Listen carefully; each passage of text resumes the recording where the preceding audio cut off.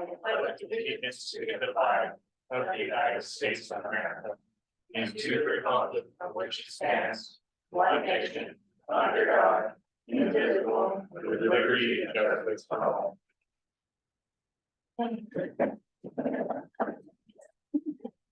Roll call. Councilmember Thompson, Here. Emmerling Baker, Here. Farrell. Here. Happy, Here. Keller, Here. Miller, Here. Mayor Found. Here. All right, additions or amendments to the agenda. Couple of changes, in between 2 and 3. Bob is here. Oh, first Bob. Bob would like to introduce himself and have just a couple of minutes. And then the other change is on 5B. Michaela will not be here asking, and instead we're gonna have a discussion about the form. And then she'll come next meeting, so we can kind of finalize the form. How does that sound? Any other additions or amendments? We get a, Motion, I move that we approve the just modified consent agenda. I'll second that motion. roll call vote. Councilmember Thompson, Aye. Emmerling Baker, Aye. Farrell, Aye. Happy, Aye. Keller, Aye. Miller, Aye. Mayor Found. Aye. Bob. Okay, so as you noted in my city administrator's report, we hired a new committee liaison, Robert Calamucci. He goes by Bob. He's gonna want to do a few minutes to introduce himself. Did you want to shut Hey, me Frank. down? Yeah, oh, sorry. I'm like, hang on, Bob. Come on back around. Right here at the desk. Everybody, Great. my name is Bob Camalucci. I am I retired to the Columbia River Gorge here in 2008. I currently live in Hood River with my wife, 11 years, Sandy. I spent 26 years leading people and managing resources with the United States Coast Guard. Much of that time I spent collaborating with various organizations in the maritime industry and also within government. So most of that was applying regulatory oversight in maritime industry and actually doing law enforcement on the high seas.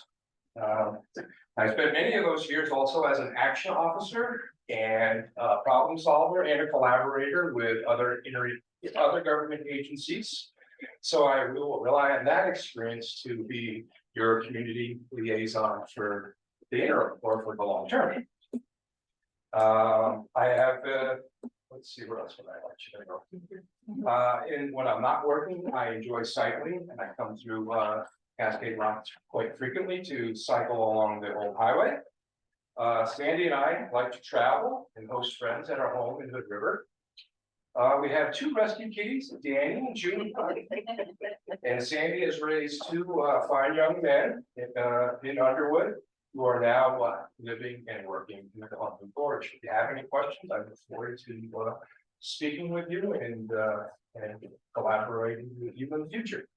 Thank you so much. I have to welcome you. I was like, holy cow, listen to your background. Where have you been?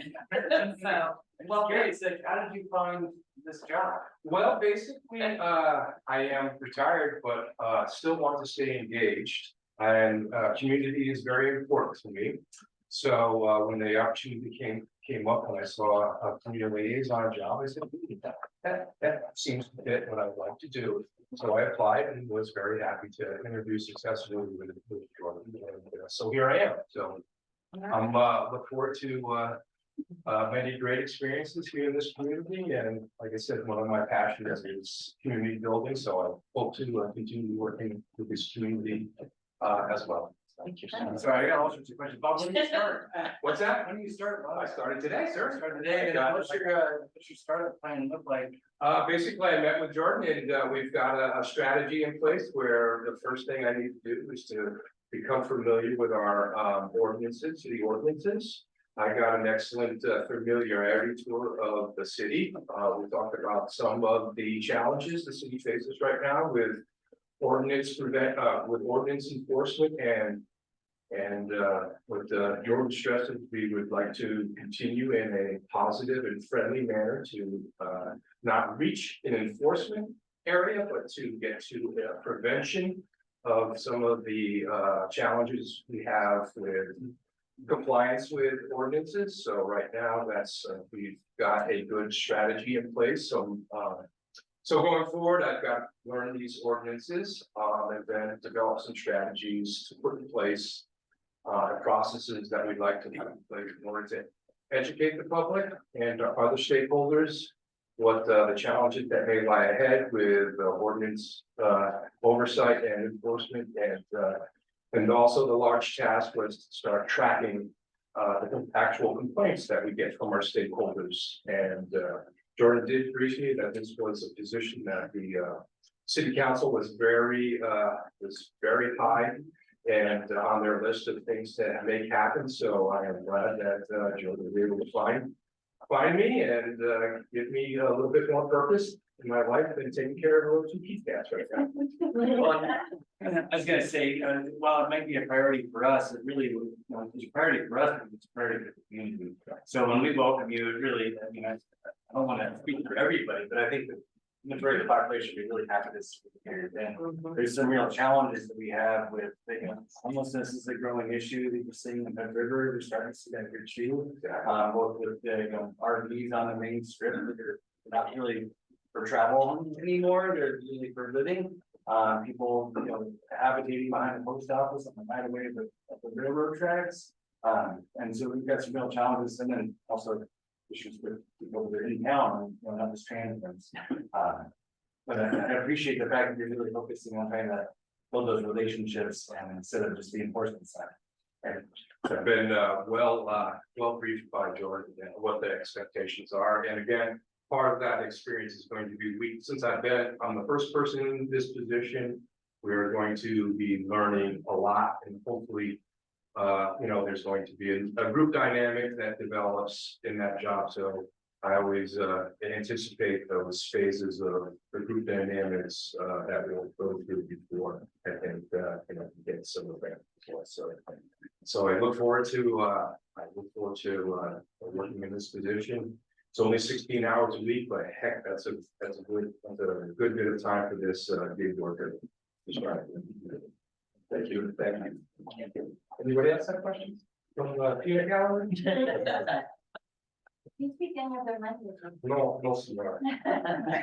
One of the things I do during the winter is I'm a community volunteer with AARP tax preparer. So again, that gives me a lot of purpose serving the Hispanic community and the elderly community that we were doing with taxes. So for one of my assignments as a Coast Guard officer, I spent 3 years in Latin America.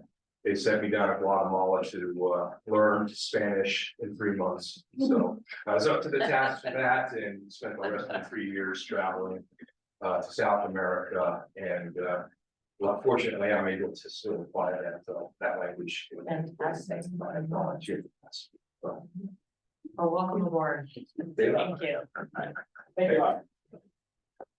Okay, public hearing, Consent agenda. Yeah. consent agenda, adoption of the consent agenda. Motion I'm sorry, say again? to adoption of consent agenda with the amendments that we did. No, so we amended and adopted the agenda. Or approved the agenda. Now this is the adoption of the consent agenda, the minutes from July 24th and the ratification votes. Yeah. I'm sure. You can move to adopt the consent agenda. With the approval of minutes and the bills amount of. Okay. So I move that we adopt the consent agenda, approve the minutes from July 24th, 2023 council meeting, and application of bills by $714,719.15.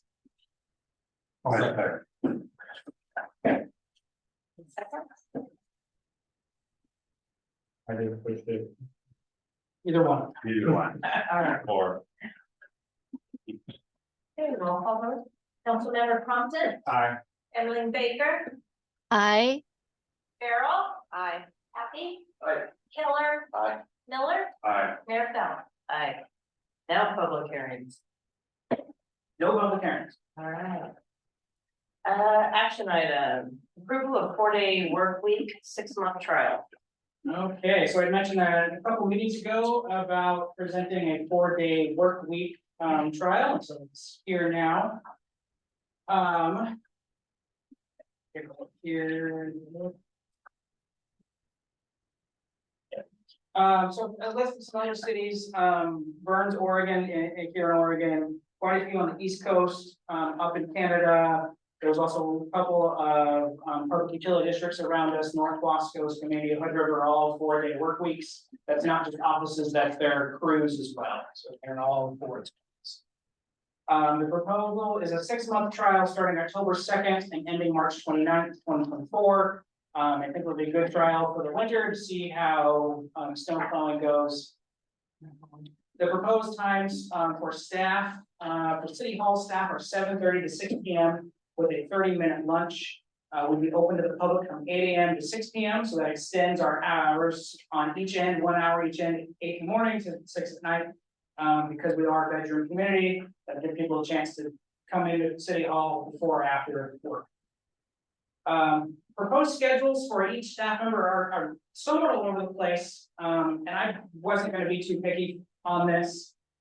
Chief Logan would like to do the 410s during the summer. If there's additional staff, they have a summer fire crew here through the state grant, so it'd be right now. And then October through June, we go back to 8 through 5, Monday through Friday, just because of the way the fire station is set up with 3 paramedics, and he's the kind of 4th backup EMT. Paramedics will stay their change schedule, 48 on, 96 off.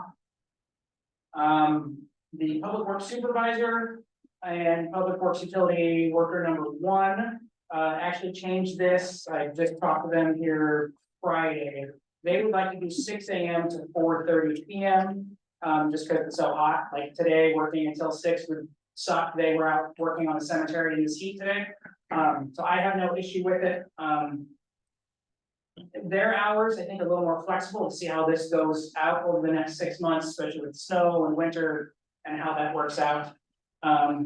Then we would rotate, public works utility person number 2 would have Monday off instead of Friday. They'd be 6 a.m. to 4:30 p.m. That way, in case there is some kind of a water line break, snow issue, there is somebody on staff to at least start the process and lessen our exposure for any overtime.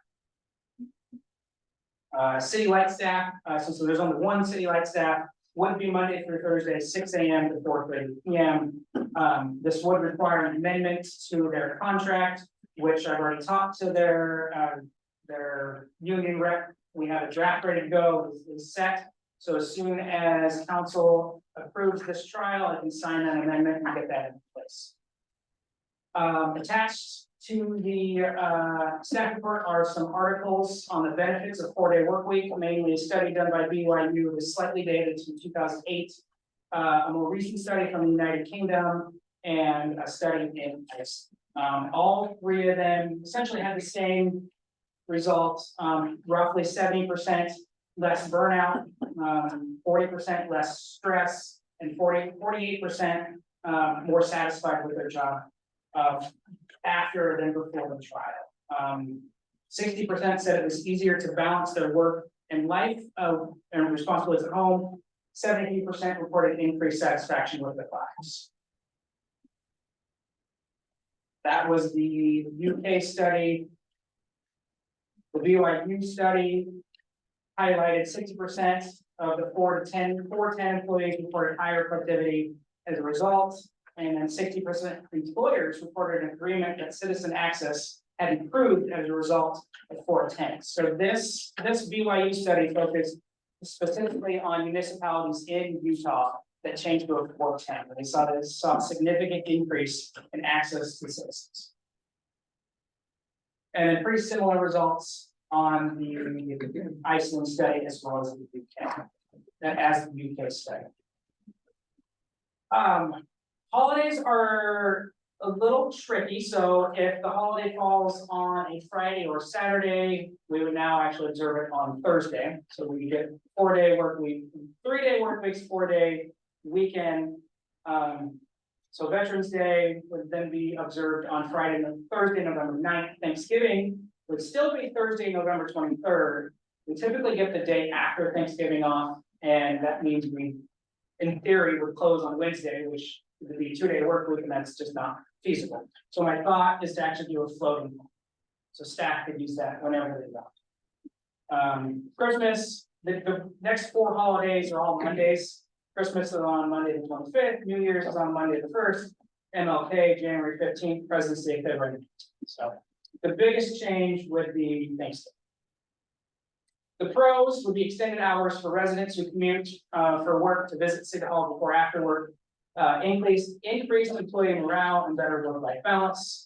Use it as a recruitment tool for employees to compensate for our lower salaries in this very tight labor market and reduce utility costs for City Hall. The cons are exposure to additional overtime for both citywide and public works, because of course everything happens on Friday afternoons. So there is the chance of that. There are times where probably mainly me will have meetings on Fridays that I'll still attend, but I'm salary, so it doesn't matter. Possible adjustment to meter reading, red tag, and shut off days. So depending on what day of the week those fall on, we'd have to adjust when those are sent out, but that's easy enough to do.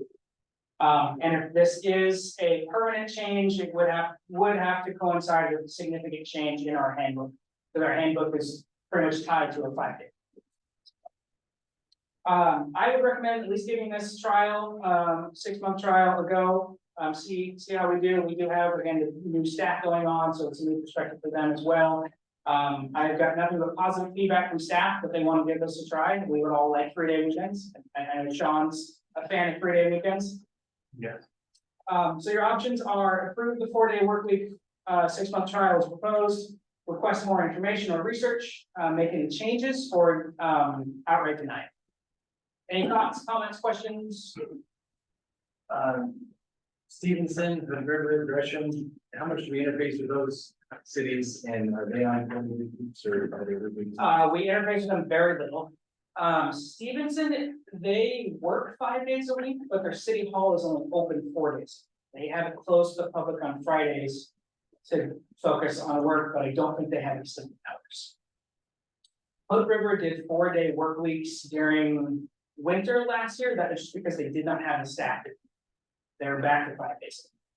Other than some meetings I have with Abigail at Hood River, I don't interact with Stevenson or Gresham, Troutdale, Fairview. They're all 5 days.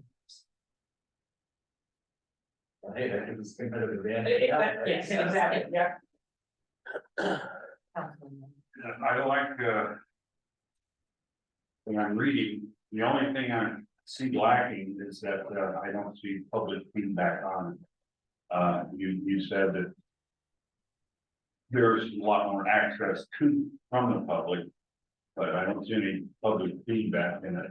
If we were to adopt it, I would recommend that coming towards the end of that 6 months, that we have a public comment feedback Yes. survey put out Definitely, yeah.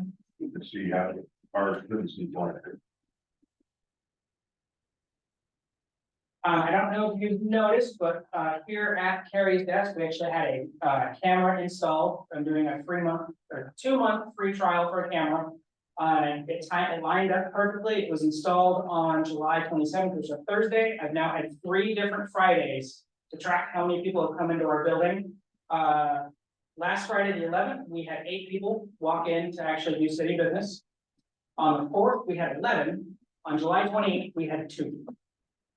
That's gonna be my question. We had What 2. was traffic like on Friday? On the 4th, it was also the day that you had to come in and pay your bill, or we were gonna turn your power off. That was that shut off day. So I think that was why it was so increased. Which, again, we just changed that shut off day to Thursday or the following Monday and shift that foot traffic. Of course, a lot of people call in. Yes, we got any traffic calls, and anecdotally, you might agree with me. I feel like we had a lot more calls lately, like in the last month. It just feels like there's been more calls. So, but we did not keep traffic calls on Fridays. I did reach out there, someone who, has a negative comment to this. And, he said that he found that, some of the employees did not necessarily get to work earlier. And they would still leave at 5 o'clock, and the taxpayers are just giving them an extra day off, and the taxpayers lose service on Friday. Because there's no clocking. He also said when we schedule our employees for 4 10-hour days, he noticed they were less productive. And also employees will get sick on Thursday or Monday because they want 4 days off. And he also said employees get less sleep when they work a 10-hour day.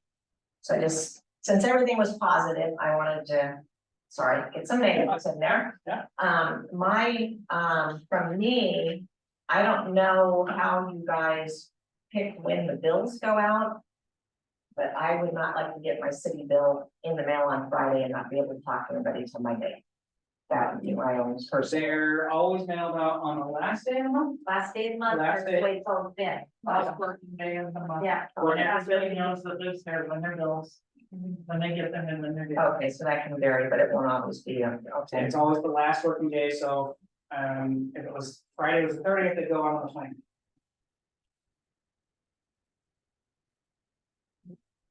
I had a question on utility workers, if it's switched to 6 to 450. 450 or. 4:30. 4:30, thank you for 30. With that, because they can't, if they're gonna run an excavator or bulldozer, they can't really run it at 6 a.m. in the morning. So would they, but it would, but because we have noise ordinance, so they could adjust that. Oh, yeah. Yeah, and in the Okay, winter, yeah. they might want to come in at 7:30 versus 6, I don't know. Correct, yeah. I know a few firms that they're not city, but they've gone to this work schedule and then employees have been really happy with it. So I've heard positive feedback from it, and it sounds like the employees are supportive of it. Yeah. Hello. Carol's point, though, we did this in our company, our payroll costs didn't change, but our productivity went down. We didn't see it. So that's a small experience that I had. My team still loved it. They go, yeah, we did not see a 20% increase in work production on their 10-hour days. They were still putting out the same in their 8-hour days. Right. We didn't see a decrease on, Was that? you didn't see a decrease. No, it was just like, well, we did the same amount of revenue, but we were spending more on payroll. We did it to avoid overtime. And so we were running, that's why we looked at running a 10-hour work day. But what we found was that, and this is where I feel like the people that are outside working, a 10-hour work day is tough. And so that's where I have my staff really were over, they're tired and hot and they're ready to go home after 8 hours. We've talked about bringing this back and I asked them about it, and they also said they thought that after 8 hours, they're ready to go home, they were in for a while, so. Denise. Go ahead, Denise. Hello, I wanted to say thank you. I've watched school districts as a union, state union leader, go to 4 days and many people were much happier. I appreciate that you've added public hours on either end, and I think that'll be important to get out to the public. I think Councilman Miller had a great point of getting public input after the 6 months. I think it's a trial is a great idea to give it a try, as well as staff input, because we're hearing from other council members that maybe they're going to be tired, maybe it isn't as great as they thought. So after this 6 months to get staff input, and my only question, you might have said it, I might have missed it, is there an emergency contact number for Fridays or? It'd be, Is- it'd be the same. For water, sewer, electricity, I'll do the same. Thank you. We still have staff on call. Jordan said we could still go them. Yes, I'm 24/7.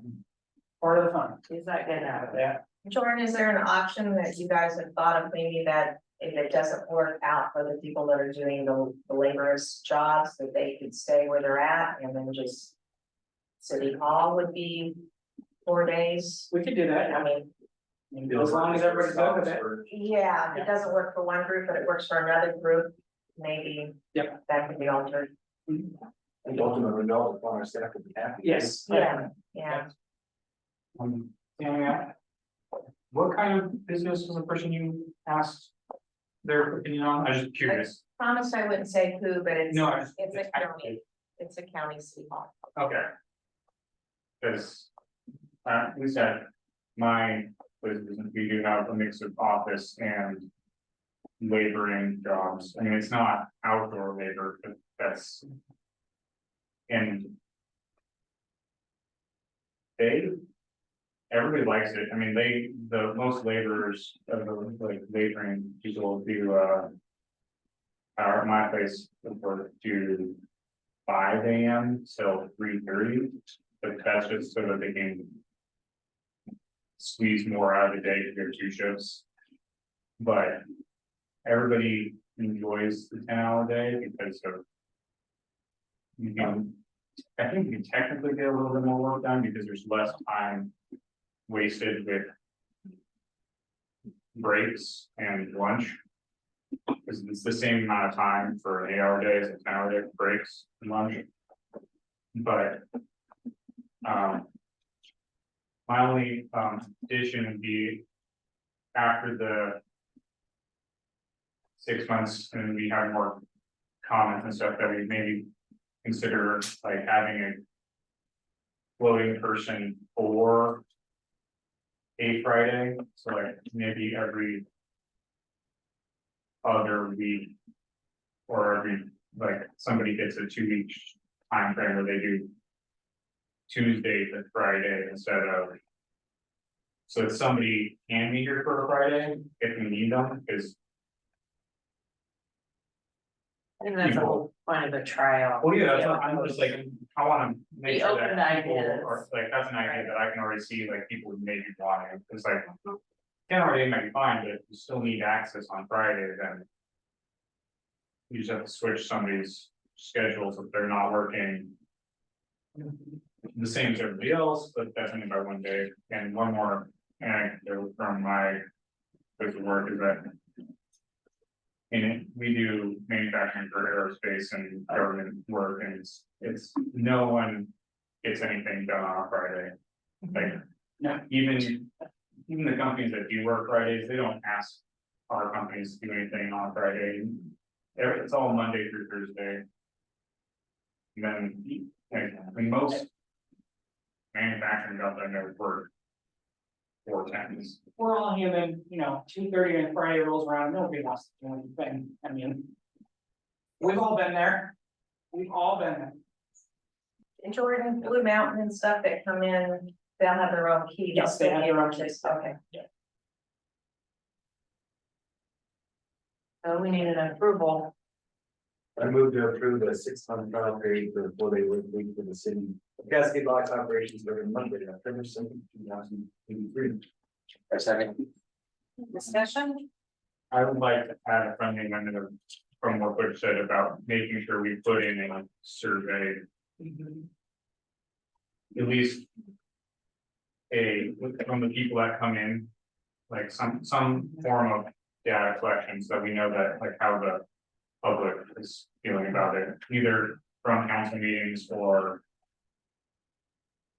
An anonymous slip or something in the office. If they go out with their utility bill, that's it for month time. I was gonna say that last month and a half start collecting, yeah. Not to get on a sidetrack, but I will say that those attachments to utility bill are not so easy to find, and we get a lot of time with them. Yeah, we'll put it on Facebook, we'll put it in, and electronic, it's a newsletter, but we'll put it everywhere we can. Okay, so so the October 2nd thing you'll put in the September bills. Yes, Letter. it'll be this, if approved, it'll go on Facebook tomorrow morning, and we will blast it for the next 6 weeks, that will be closed on Fridays starting in October. So I've never called when you guys aren't open, I was just calling, pretty much just fun.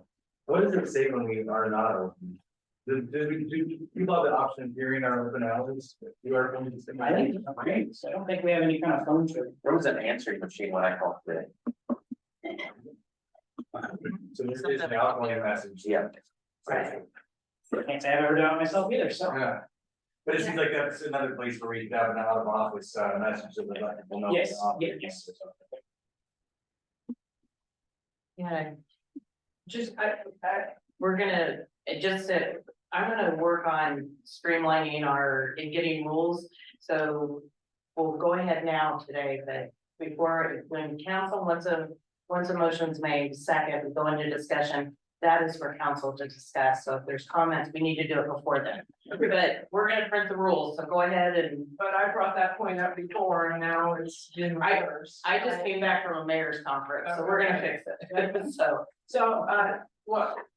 The only concern I have is that this is not being done during the very hot summer months. So, I mean, you might want to set up like 2 6-month trials to see, I mean, it'll, the winter.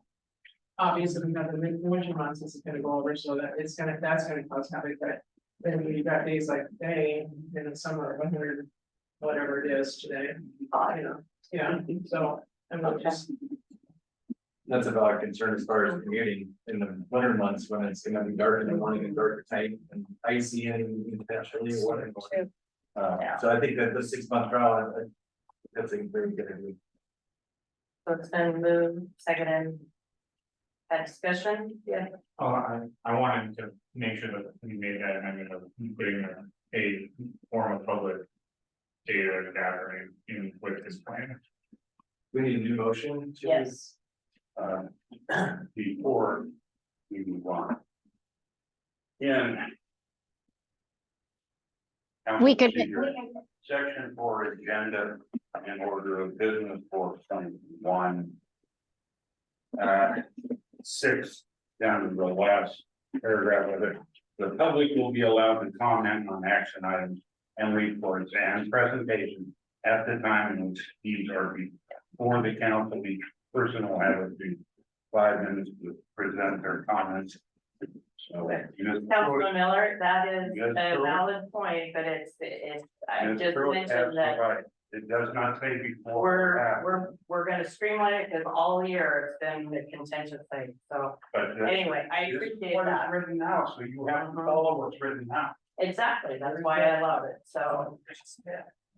Can we stay on topic and can I get, can I get you to amend your motion? Yeah, so I'll amend the motion, so I move to approve 6-month trial period of a 4-day work week for the city of Cascade modifications in Monday for the second bid in 23 with opportunity to solicit and receive input from both city staff and citizens for how that trial period.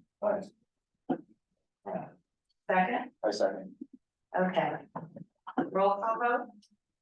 Councilmember Compton, Aye. Emerling Baker, Aye. Farrell, Aye. Kathy, Aye. Keller, Aye. Miller, Aye. Mayor Fel. Aye. Okay. Good passes. Okay. Next, we're gonna talk about the form. Community fund request. So on your table with a hard copy of the form, I don't think I got it electronic, I forgot Denise was online, don't know. But I just printed out what. Hang on 1 second. Councilman Happy and Doug, can you have that side discussion after the meeting? Counselor Emmeline Baker, it should be the same Google link that Councilman Keller sent a couple weeks ago. I have seen the form and commented to Councilman Kell.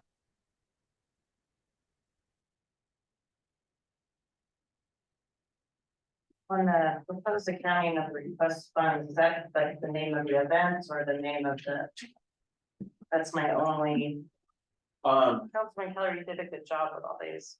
So my thought was, how would you anticipate spending the money? Like $5 for this item, $6 for this item, Like logistics of the like events. actual, like how? Yes, I wanna spend this, I wanna spend $1,000, a life jacket is $20. I want 5 largest, 6 mediums, so that was my idea. Okay, So itemized spending Yeah. beforehand. Or Proposed, yes, I mean, like, yes, it's not gonna be the actual. right? We can change the terms, I don't care. No, it makes sense. How does everyone feel about that?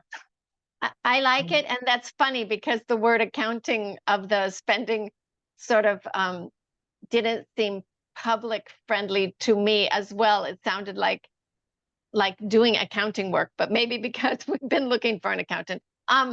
So I don't know what other words would sound more public friendly, such as proposed or projected itemization of spending, or another phrase rather than accounting of spending. Anybody have a good idea?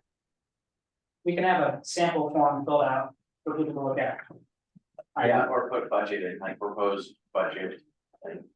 Well, I think itemization is kind of important, because if you want them to say, like, taking life jackets, for example, I'm gonna spend $100 on large life jackets, $100 on medium, and $100 on that, then you kind of need to know, like, so that's like how granular you want it. And not just, I want to spend $300 on life jackets.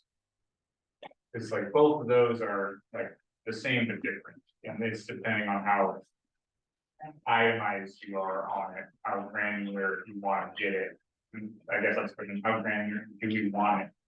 So Councilman Keller, so you're requesting, you'd like to know how they're allocating dollars. Yeah, I mean, So that's just, That before. are you spending $100 on a life jacket, or are you spending Right. $20 on life jacket?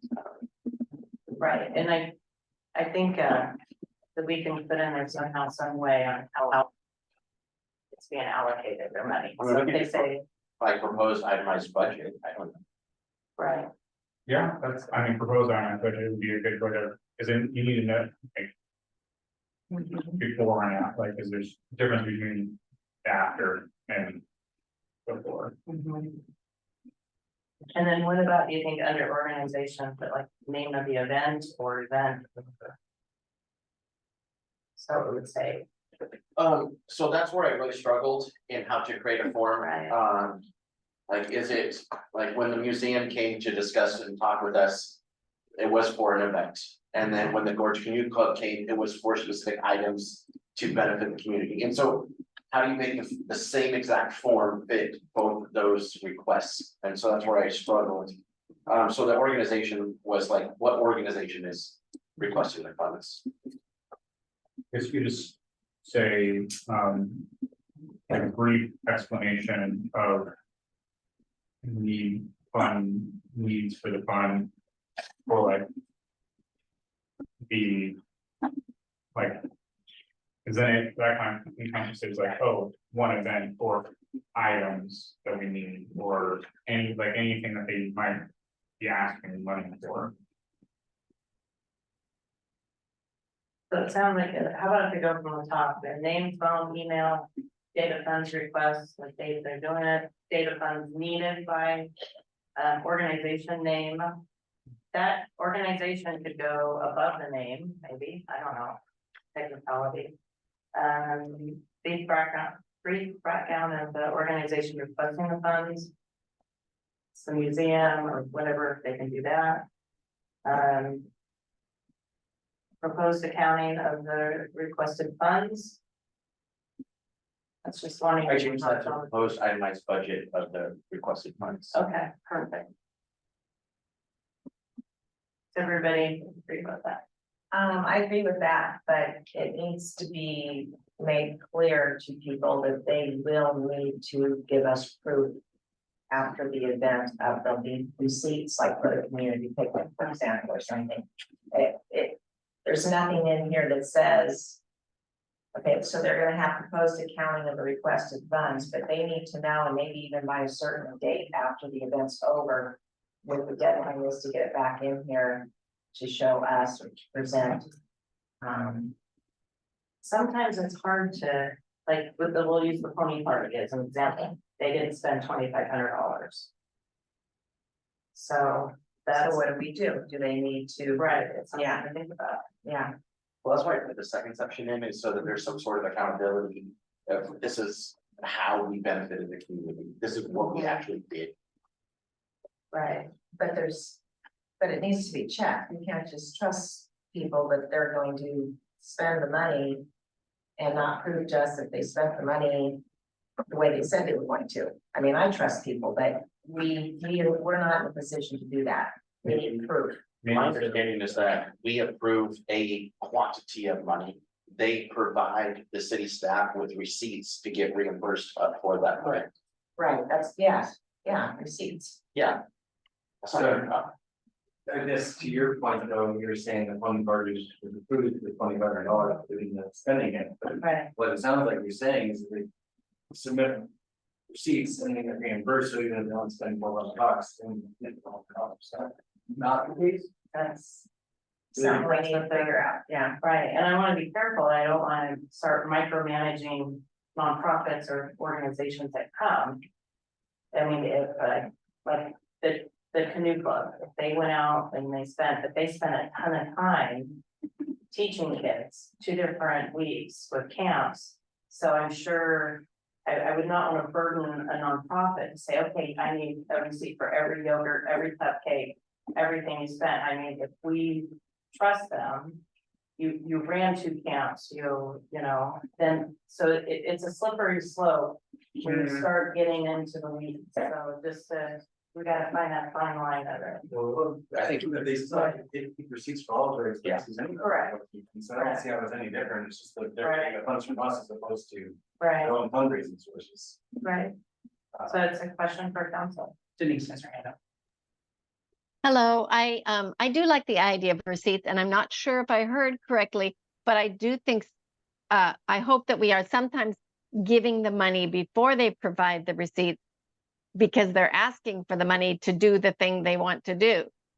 So we give the money, they have to provide us the receipts, and maybe they owe us money in the end if they don't have the receipt. So we make it clear, please, somewhere on their, receipts to be, please provide receipts. Because most nonprofits, if they're paying somebody to do something, or they have a receipt for that, they can make that receipt, like you said. But I hope we're not just approving to give them money after the receipt. Sometimes it has to come before, right? That's But the I- purpose of this forum. I guess, Mhm. but maybe on the section, this lower section, instead of brief accounting of how this funds were spent, maybe doing shall provide receipts of expenditures to balance fund provided. Are we changing office procedures by doing that? The auditors will not approve that on these county. Okay. Let's say, If the auditors would not approve just handing out and, right, you don't trust somebody to give you a receipt, the city's job would be to refund upon receipt. so like with the pony party this year, did they get a check or did they? I don't know. They got a flat check. I feel like it makes more sense that it's reimbursement. As opposed to getting the funds ahead of time, and I don't know, I'd be curious to know if it's gonna put like an undue burden on some of the nonprofits or small organizations. But I imagine mostly organizations that come to us with money have a way of making purchases already for the organization. And I think if they got it approved first, knowing that they would be reimbursed. Then it wouldn't be a problem. But it's really not a, But it's about coming up with a procedure. so it's a request for a pre-authorization for Right, a reimbursement of future Right. expenses. Is Right. I think what we're looking for, not a funds request. right. That, Hello again.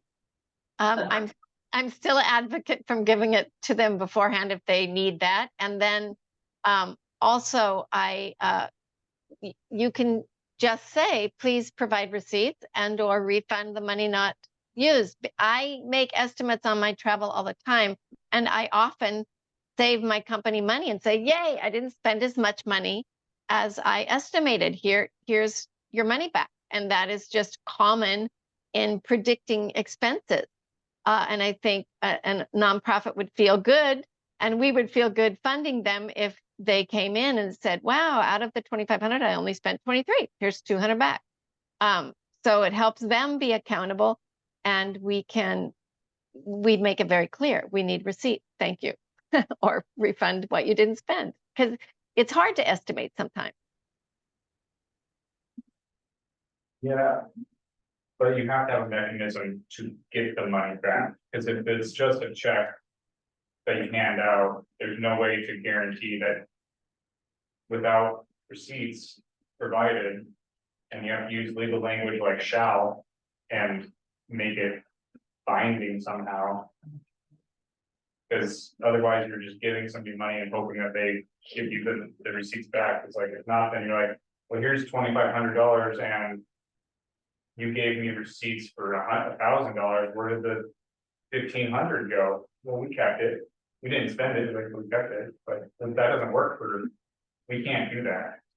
That's taxpayer money that you can't just leave, like, yeah, they ask for it, but We have to remember who's asking for these funds. They're local organizations in our community. And thus far, I don't think we've been taken advantage of. I hate to make a rule you can't based on an guarantee. exception.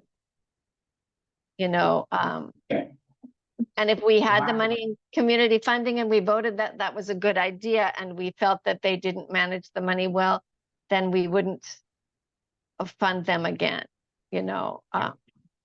You can't guarantee it, and you can't assume that they're like, it's not necessarily maliciously keeping the money, it's just bad bookkeeping and keeping extra money that they shouldn't. It's still not acceptable for taxpayer money just to be given to outside organizations without any show for it, like. Accountability. Exactly, you have to have, Okay. there has to be some form of legal language that makes it so that they're required to provide receipts and refund the balance if they don't, if they get a flat check, they have to refund the balance. If we are reimbursing, then we only give them as much as Right. The receipt. the receipts show. And if That's they, part of this conversation is coming up with non-conform, sounds like, with the logistics. There's couple different ways. I think that it's really, I think we need to tighten up this entire process, and outline it a little bit more specifically. I think. It. Really appreciate you putting together the form. And if I understand correctly, somebody would fill out the form, then you come to council and present. To make the formal request, correct? And I feel like we could put a policy, we need to have a policy that's well. Written out and specified, and we could give people the option of either A, submit the receipts for reimbursement after the event, or if they don't have the ability to make those purchases up front, when they need the cash, maybe they're asking for 2,500, they only give them 500 to start. And we dole it out over, we can specify that in the policy that it, we be issued the $500 increments, but they have to provide the receipts for how that money is spent if they want to do next. Do we have any sort of policy for this yet? I don't believe so. No, it's certainly, I'd have to look at, I don't know if there's anything in financial policy or not, I just know what city hall's policy has been in the past. As, you know, you turn in receipts and then you get reimbursed for those receipts. That's city hall policy for what? For community funds in the past? Yes, So it just did fell off, it kind of fell off the tracks at some point. well, if money's been handed out without getting receipts, yes, it's something has happened somewhere. And in the past, was it always a reimbursement thing? Yeah. So there was no advancing of funds. No. Just like Counselor. I'm gonna say, said, Right. you know, this is taxpayer money and citizens. Probably, if they were aware and paying attention, would probably not appreciate. That, and I will say, auditors are not, you have to have backup for whatever money goes out of here. Can't we just say, here's Yeah, the well, once committee, it's $2,500, I got, well, we wrote a check, we have a check. And there's no backup material except council approved $2,500. The auditors are not going to think too highly of that. You have a comment? Can I make a suggestion? Instead of handing out checks. State your name. Oh, hey, I'm Colin Cruz. Um, Instead of handing out checks for cash, the city could authorize debit cards that handle an administrative layer, so you can see the transactions across it. And you would retain any money in the account as, after expenses were made against the cards. Administration costs are less than 1%. That would be true. Suggestion. Have all one bank account. All right. I don't see how it's possible to even front the cash to an organization. It has to be reimbursed. Right, okay, Yeah. so, yeah, we're getting somewhere now. I'm gonna agree, I Yeah. feel the same way, I think we can. Yeah. With the Gorge Canoe Club that is able Yeah. to buy everything and then be The reimbursed. PTO would have been fine, the museum would have been fine. Okay. They've got a way to make purchases. Yeah, Mhm.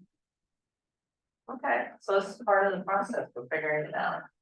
So it sounds like consensus, that you would use the form, then get it, and then turn in receipts, then they get reimbursed. And how long would it take for them to be reimbursed? I would want to know that if I was spending money. Sometimes it can take a while. 1 month. Well, there's check runs 2 times a month. There you go. I think so long as we're reimbursing them in 30 days, that way they put on That's their what I car, said. and they're gonna be able to have, pay that off. Well, that's exactly what I was saying, yeah. Okay. Would be encouraged to get their receipts in all at once. Higher interest on the credit Don't card. have them trickle in. Right? All at once. Okay. There's a big question there that you have on your form, I know you modified it, proposed accounting of the requested funds, how did you reword that? proposed itemized budget. Do you think that it needs, like, could we not use more specific or general language, like, how do you want to spend your money, or, you know? I mean, it's gonna be organizations spending this, they should be familiar with some basic accounting terms, I mean. If we need to be specific on what we want, use general language to make it put whatever they want, and it counts. As filling out the form, but if you're asked for proposed. No, I was like, meaning like, put that at the beginning and then in parentheses, you know, itemize the budget of how you intend to spend the funds, just to make it a little bit more clear. But if you think that I mean, people will understand it. proposed itemized budget for the requested funds feels pretty. Like, you're gonna guess at the numbers and you're gonna put a few things. Cause it's so, like like, proposed. yeah, proposed, it's, And you're gonna we'll get a rough idea on how those funds are gonna be allocated. and then you And can if cross check it against the receipts that come back, and if it's wildly different, then you're like, well. Maybe they're not the people we should be lending money to. But Right. it's just more, it's another layer of. Checking. I know they'd be required to do the second section prior to reimbursement. The degree, yeah. I would want that, yeah. Could that be- Yes, I just want to add that this community programming fund is not very inclusive if we say you must have the money to pay for it and then give us receipts. In order to be more inclusive of any nonprofit or organization that doesn't have the money to pay ahead, we might want a note that said, if you need the funds prior to spending, please contact us, please provide receipts to show the amount spent and reimburse the city for funds not spent. I've been working on documents for travel that need to be more inclusive. I do not want to say we only give money to organizations that have money. Good point. But you, so we can't. You can't change the law. Yeah, yeah, we need to be inclusive, but they also like. That you shouldn't ask for so much money, like, I know, like. it's like, to make an event work, you need a bit of money, but like, maybe as your first. Event that you do, or the first thing you ask for, you shouldn't be asking for well above the means. I mean, like, it sucks, but it's accountability and we have to be accountable, like, everything has to be. Recorded for public, everything's public record that we do, so. Yeah, yes, I want receipts. Always want receipts, and they will have to pay if they don't have their receipt, pay back the money, as we have been doing this year. But how do you enforce that? Okay. So Kathy, do you have a comment? One thing that we strive to do at City Hall is everyone is treated the same. Not one person, not one entity, not one anybody is treated any differently than anybody else. And you are treating somebody differently if you want to change the rules for them. If everybody has to play by the same rules.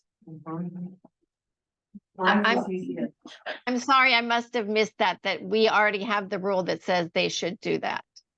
I must have missed that, because we haven't been doing that. But we have the, I just want to point out, we only budgeted 6,000 in this budget this year, and 15 of it's already going to the picnic. So we're talking about $4,500 over the next 10 months, 11 months. So not that much money.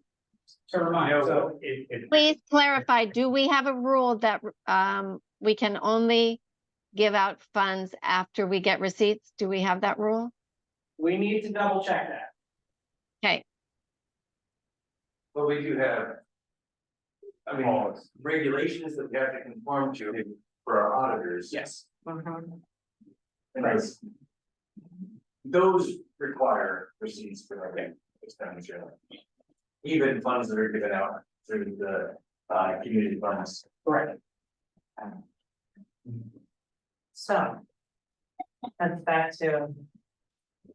Form, and then is everyone okay with the changes that Eric made? Councilman Color? Okay.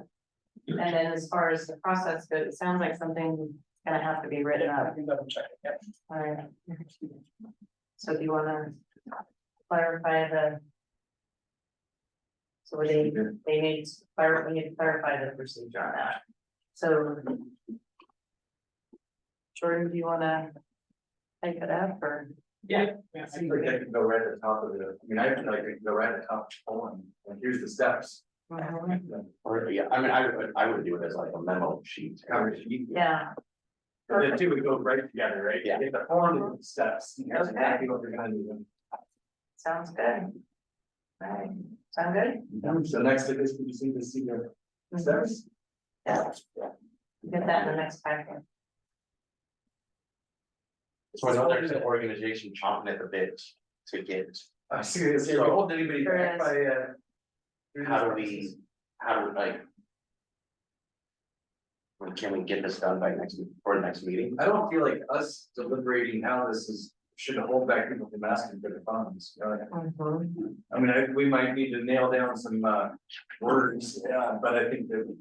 The forms, Are we good on the form? is everyone good on the form?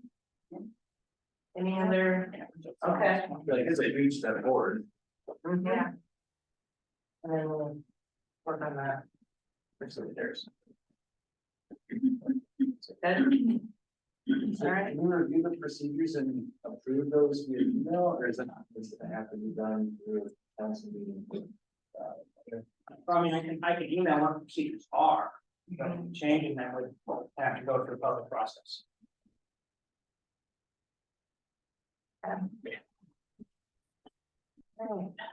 Great, you need to vote on the actual form itself. And then the back end of it, we can, that way, like I said, we can get this out to the. Organizations.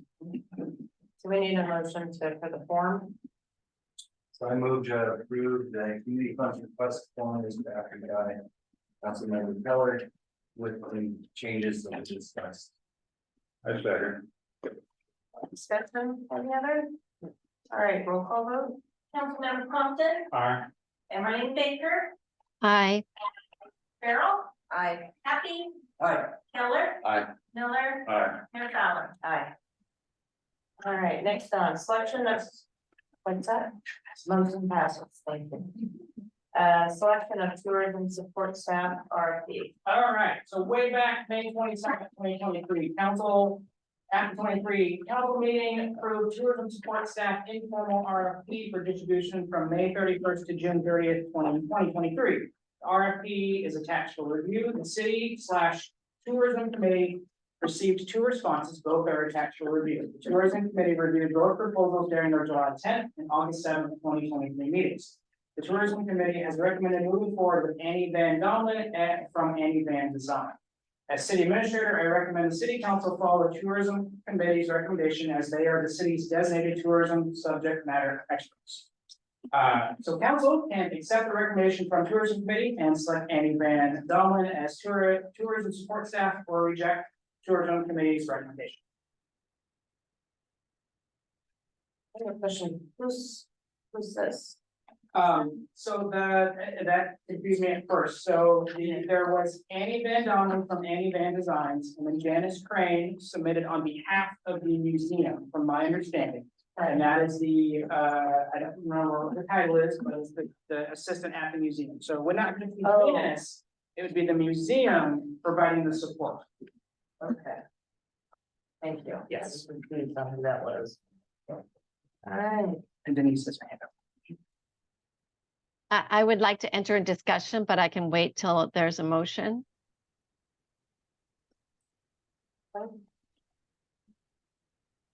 Councilman Baker, go, Ethan, voice your opinion. Okay, Discussion. I hope that everybody in council has read both of the resumes for both of the applicants, and both, I think we're lucky to have 2 really great applicants. If it's possible, if I could share the screen, I could show you the tourism committee guidelines in our documents as well as the RFP. Is that possible? Because I don't know that everybody has those in front of them. Jordan? Okay, you should be able to share now. Okay, so I'm going to put myself down so you can see what I have here. Oh, wait, I got to get big to share the screen. Now I can make this small. So I just want to point out that I know the tourism committee speaks very highly of Anne, and that's a great thing that she has created an organization where she's done a great job, particularly when I read carefully Anne's application and her letters of recommendation and her credits, very graphic design oriented, very much kiosks and brochures, and they are beautiful and they are fabulous. And I've looked at the museum resume as well and the work that's happening there. I am going to say that it is very hard when you have somebody that you really like in an organization not to renew their contract. And I would like to say that when I look at the Tourism and Beautification Committee, I don't think beautification's been taken out yet, has it? That I see other duties beyond the marketing by brochure and kiosk that maybe haven't been met, such as getting heightened awareness to both the visitors, recommending to the city budget officer and the budget committee a plan of expenditures, doing the annual goal setting, and then advising, working with city on city goals for funding, spending, as well as sharing with the committee members their duties as an advisory committee. I feel that there has been some miscommunication, and that can happen in a change of council. I understand that. So where we've had some great years with fabulous spending of TRT funds, when we look over here at the RFP, there are opportunities for grants. And I know that Travel Oregon has had some grant opportunities coming up and have come up that I have shared with members of the tourism committee. that aren't being followed up on, to my knowledge. Strengthening existing relationships with community leaders and organizations. I will have to say that I think our museum being here in town, having a strong relationship with port and port leaders as well as other leaders, that is a strong asset there. Developing and improving the tourism related facilities, that is, fabulous for, obviously, for a visitor information hub, which is part of the museum now. The transportation hub, which is that park or Overlook Park.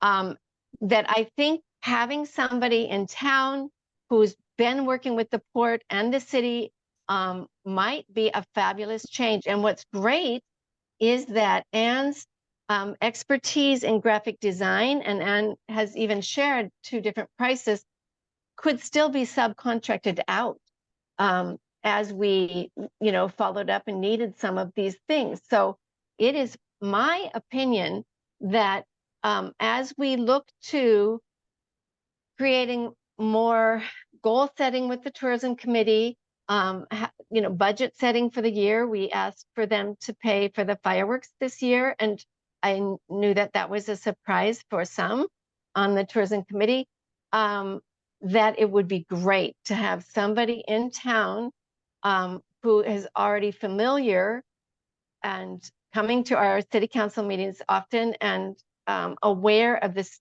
council goals, so that when I look over here on the agenda again for our city committees, it said that goals should be set based on council goals as well. So I think of course, the tourism committee is very happy with this person that is very nice and they've worked with and does fabulous graphic design. And I have nothing negative I want to say about that. I'm just saying that it might be a better fit for this position to move to the museum staff, Janice, and who also has, if you look at the with the museum's great resume and abilities as well. I don't know. I noticed that there was a proposal for a price difference. So I don't know if Janice is on, and I think also Anne is, if there was a question about, can you meet that proposal that we are offering at the price that we offered? Those are the comments that I wanted to make.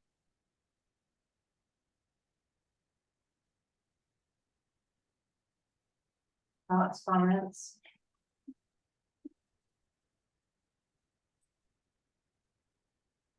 So the options are to go with the recommendation from tourism, or Janice is also. So it's Or not. or not.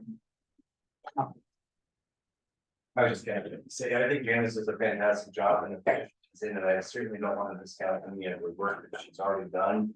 But I definitely think that there's a lot of weight that I personally would put on the fact that we've got recommendations from the Paris administrator based on my working relationship with, and as well as recommendations from several other people that I've worked with her, and it's recommendation for the Paris administrator that we have before the end. We can always get a motion and second one discussion. I motion to approve this proposal from from Maryland to provide staff support services for the city of Cascade Watts Tourism Committee. I second. Any discussion? Question. Any discussion? Hearing no discussion? I'm sorry, I was mumbled. Did Pete move to accept? Yeah. What? And it's been second. Yes. Well, I want to point out that the city been looking toward creating evaluations for staff, and I think I had brought up before that we didn't have it seemed that some of our committees did not have their goals or their committee guidelines shared with them, and so we voted to do that. And I'm not sure beyond that. I know that Anne has great recommendations, but if you look carefully, they're almost all focused on the graphic design work. And there's so much more to this position. And I know that the tourism committee made a recommendation based on the document submitted and not talking to these people. Would it be appropriate to interview them? Is that appropriate? I know they're both on tonight. I don't know what else we would do, or ask questions, or I just certainly think no matter who gets the position, that there are some functions, job functions that have not been met that are in our RFP, and there are some committee guidelines that have not been met that are in our RFP. And so either person might want to do some goal setting with council and more discussion of the budget and council goals for the budget and for their meetings. They are advisory to the council, not otherwise. They are advisory to us based on the council goal. All of our committees are. So that is an important, what is an obvious change that will need to happen regardless of who gets this position. I just want to say that the letters of recommendation received from Annie were not only from, I like the fact that there was a broad representation. You have city staff, as well as someone that worked with a professional and a local business owner. But it was noteworthy, I think, that our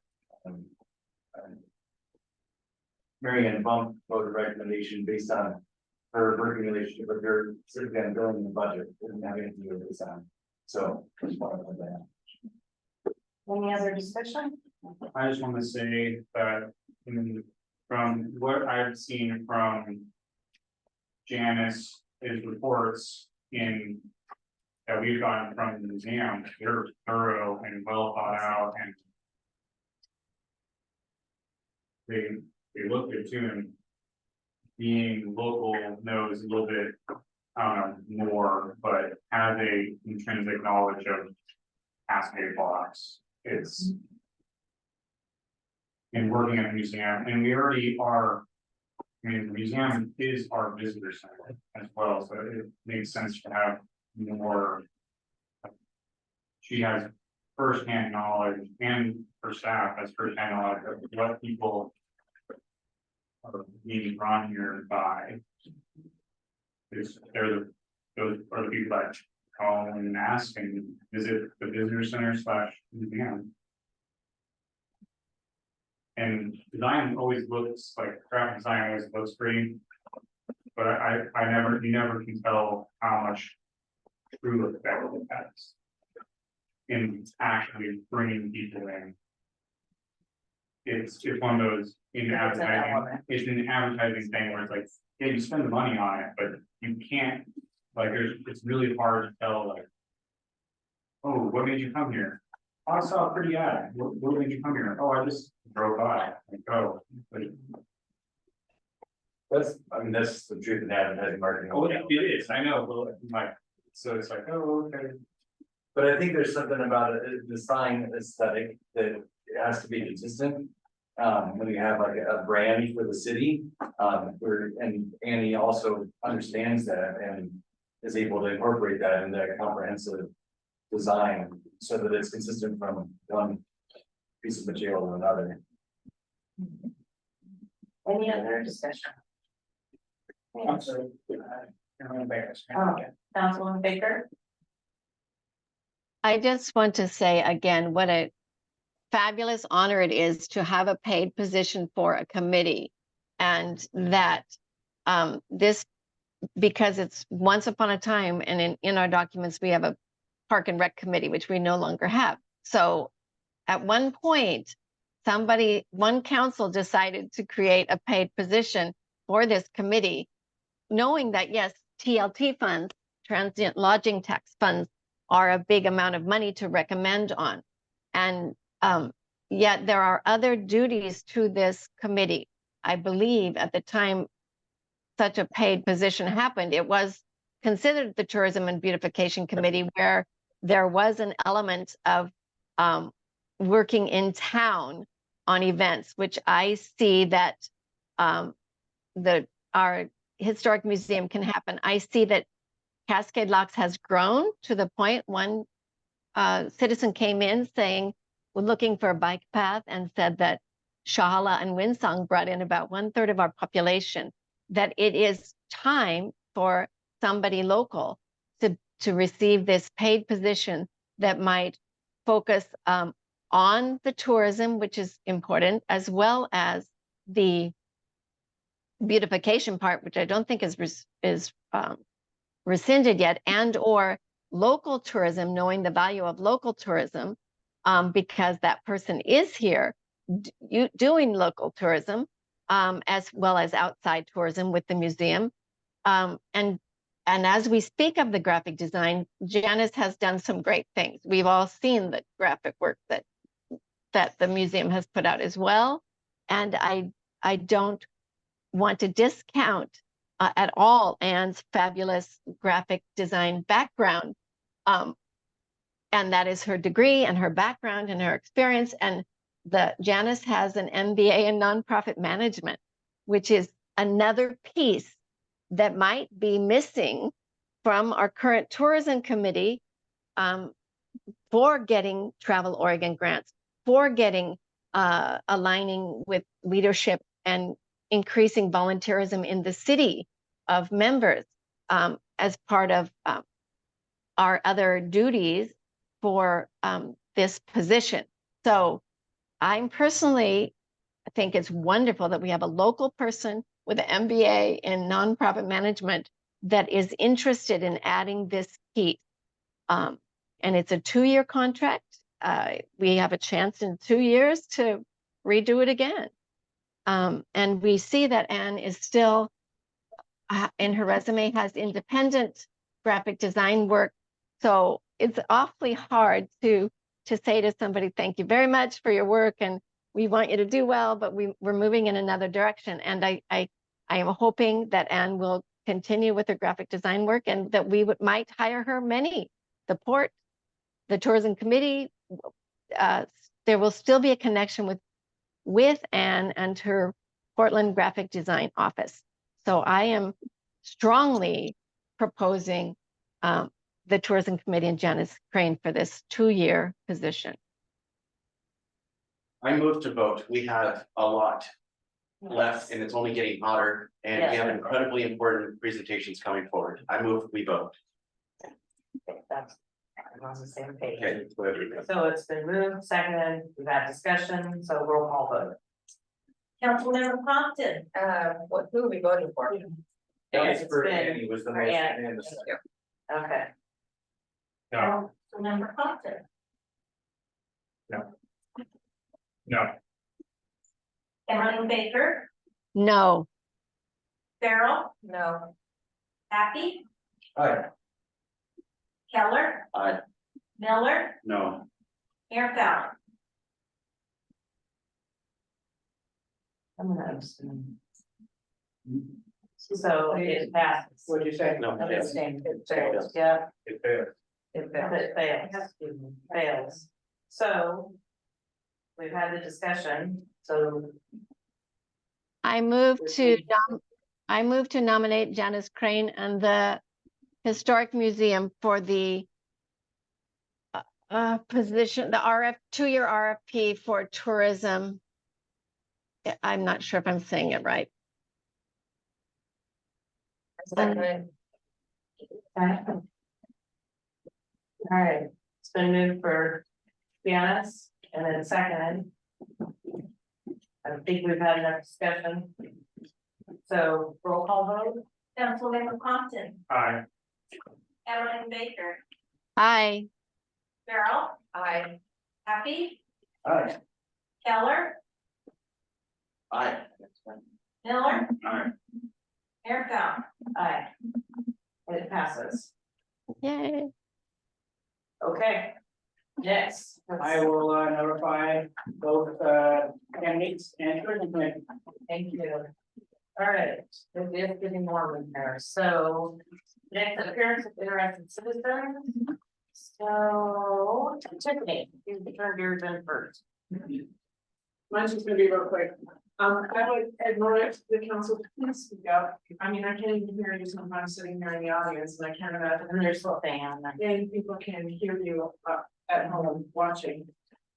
Especially, you have a very soft voice, and yours has got soft lately too, so. You guys yell against each other or something, I don't know, but speak up, all right, go ahead.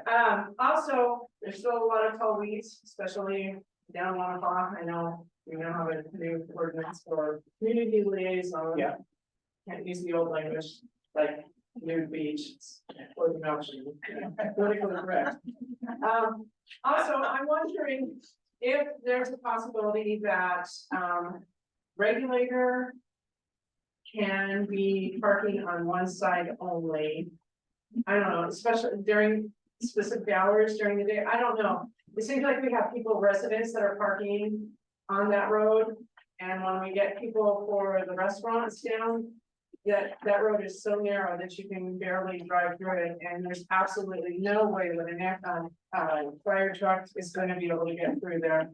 And I noticed that it kind of spills over onto Moody as well, so might have to be a wraparound. We'll just have parking only on one side of the road than the other, or maybe just between specific hours during the day, because it doesn't happen so much at night. At night, it seems like the residents all park toward the grocery store side of it, so that it's not on both sides, but it would just be really nice if that would, I mean, you're not here on the weekend. And I would, encourage any of the councilors to try to run on the weekend, but sometimes that just gets so freaking narrow, and it's just it becomes a one-way vehicle. And so if an ambulance, I don't even know if I suppose the ambulance could get there, but fire truck definitely would not be able to get there. And, up on my street or anywhere else back there, so, and that's just my own, that's just my own thing, all right. What's the other street you said? Moody and regulator, and that actually did happen to me this weekend. I had to go right down the middle of the person coming at me, had to wait for me to come through. So. Okay. So, data center, new large load, That can wait till the topic, yeah. yeah. Let's get you on there. Unless what's that? Yeah, On the area. I know. yeah, so we'll Columbia Area Transit. Well, no city committees, I guess I'll start with that. Thank you. All right, Columbia Area Transit. Executive Director Amy. Go ahead, Amy. Everyone, thank you for having me. I'm sorry I couldn't be there in person tonight. First of all, I wanted to give, there's two updates I'm going to give to you all. The first one is that September 9th, our Columbia Gorge Express service is gonna go back to fall winter hours. So each fall winter we do reduce our service just because of the seasonality. So we will be going down to 7 trips a day. It is on our website, and I'm happy to send that link over to Jordan to share out to everyone. The other change will be that our first trip from Hood River to Portland is gonna go from 5:30 to 6 o'clock. So that does mean that the first Columbia Gorge Express and Cascade Locks is gonna be 6:20. And then the first time coming from Portland to Hood River and stopping in Cascade Locks is going to be 8:10. So in theory, someone can from Portland who's commuting into Cascade Locks can get there by 8:10 in the morning for work. And then someone who's going from Cascade Locks to Hood River can get to Hood River by 8:30, and then if they work a 9 to 5 job, they can get there by 9. So I wanted to let you guys all know. The second update has to do with the local deviated fixed route Cascade lock service. So that's the one that operates 2 times a day between Hood River and Cascade locks.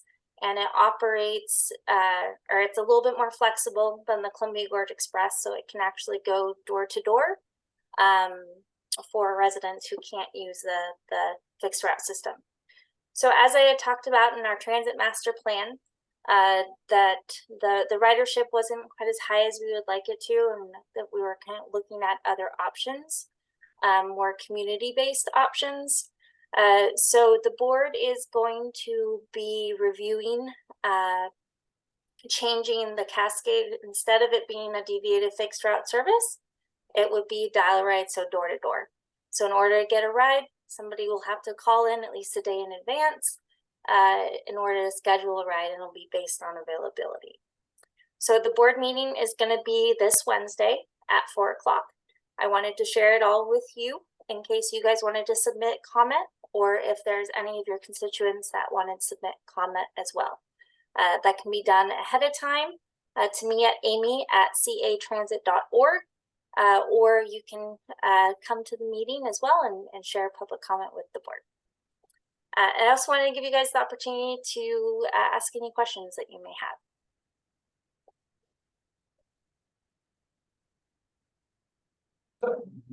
And I want to clarify, so the CAT board is going to vote to eliminate the 2-a-day deviated route schedule. You'll go to dial-a-ride, which you have to call a day in advance. Yes, and it'll be based on availability. Okay. Could you give an idea, what are the chances if I call, say, 36 hours ahead for Cascade locks of actually getting that right? I'm sorry, can you say that last piece again? So let's say I call tomorrow morning for a ride, tomorrow's Tuesday for a ride, Wednesday afternoon. What are the chances I would get it?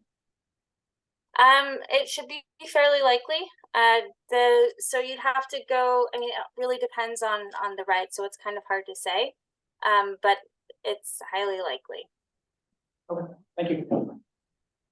So do you let the person know that's calling yes or no at that time, or do they have to like wait and try to make other arrangements while you guys decide? No, we would tell them right away. It might be something, so this is something that we have to kind of be flexible with too, in the sense that we want to help everybody that we can. So if it's someone who might have more of a flexible schedule, we might say, hey, can we confirm with you by the end of the day? And then that way we can try to pair as many trips as possible so that we're not consistently going into Cascade locks. Makes sense. Thank you. And I've talked to the folks that use the service now in the deviated sense, or as well as the ones that like actually already schedule rides with us. I've spoke to them, and then I've also spoken to a couple that use, or a couple of folks that actually do use the fixed portion of it, and they have told me that this new scenario would work for them. This new service would work for them. I have a question for you. You said it was decreased ridership. Is this a study like over the last year or? Yeah, so we've had this service for about 3 years, and it's been very low ridership the entire time. I think part of it is trying to figure out the demand and the need for this more door-to-door service, and figuring out really kind of what the best solution is. But it is low ridership, so we do need to look at that, but we also need to look at how we're serving people right now.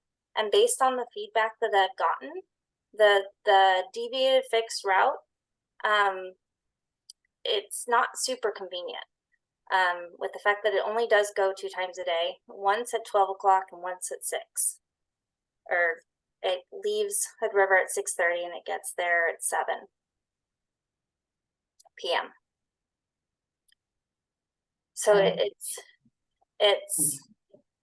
I think the use case is hard for folks, and I think if we did switch it to a different this dial-a-ride option, that there would be more options for people who just can't use the fixed route system. And it would give us more data, frankly, too. It sounds like 3 years is a while to come up with an emergency study. Yeah, and we've tried multiple different times of the day. We've tried lots of different frequency as well. And they've just, none of them have really been able to increase the ridership. So I think And when are you proposing this takes effect, the new schedule? so it's gonna be at Wednesday. Oh, so when it actually takes effect, I'm sorry, if the board approves the change, it'll take effect on September 9th. And we have posted signs at the shelters, on buses, so that people have the opportunity to submit public comment. We've also posted it in the newspaper as well.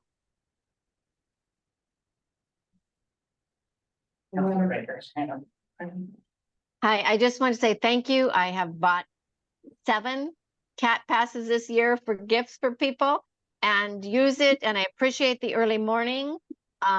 Finally got my spouse to take it in one time. And so now, once you take it into Portland, you realize how easy it is.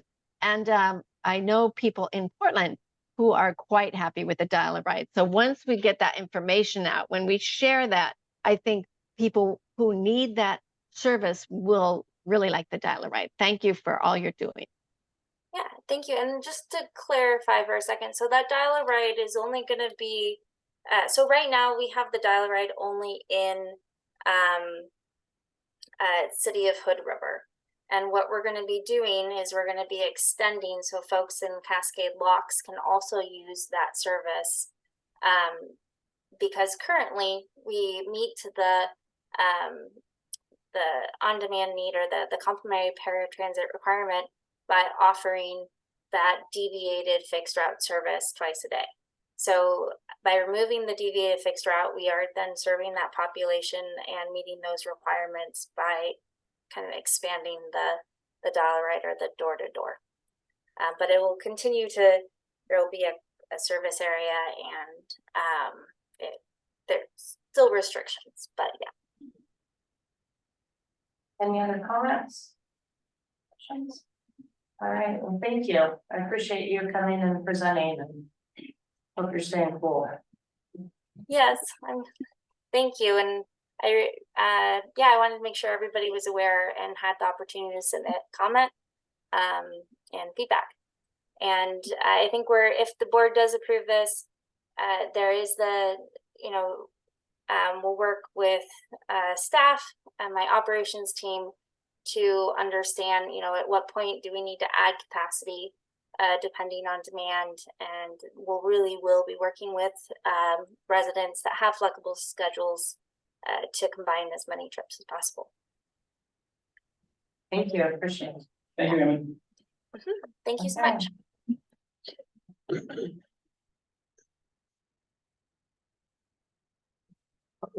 My name is Brian, and I'm on tourism committee, and I'd like to speak to the council about tourism, and it was on the agenda tonight. Right, but it's past the public. I can still say what I have to say. Is there any objections? We're kind of on a timeline here. I think we have 2 incredibly important presentations we need to hear. 3 incredibly Okay. important presentations. All right, I would love for you to come back and comment.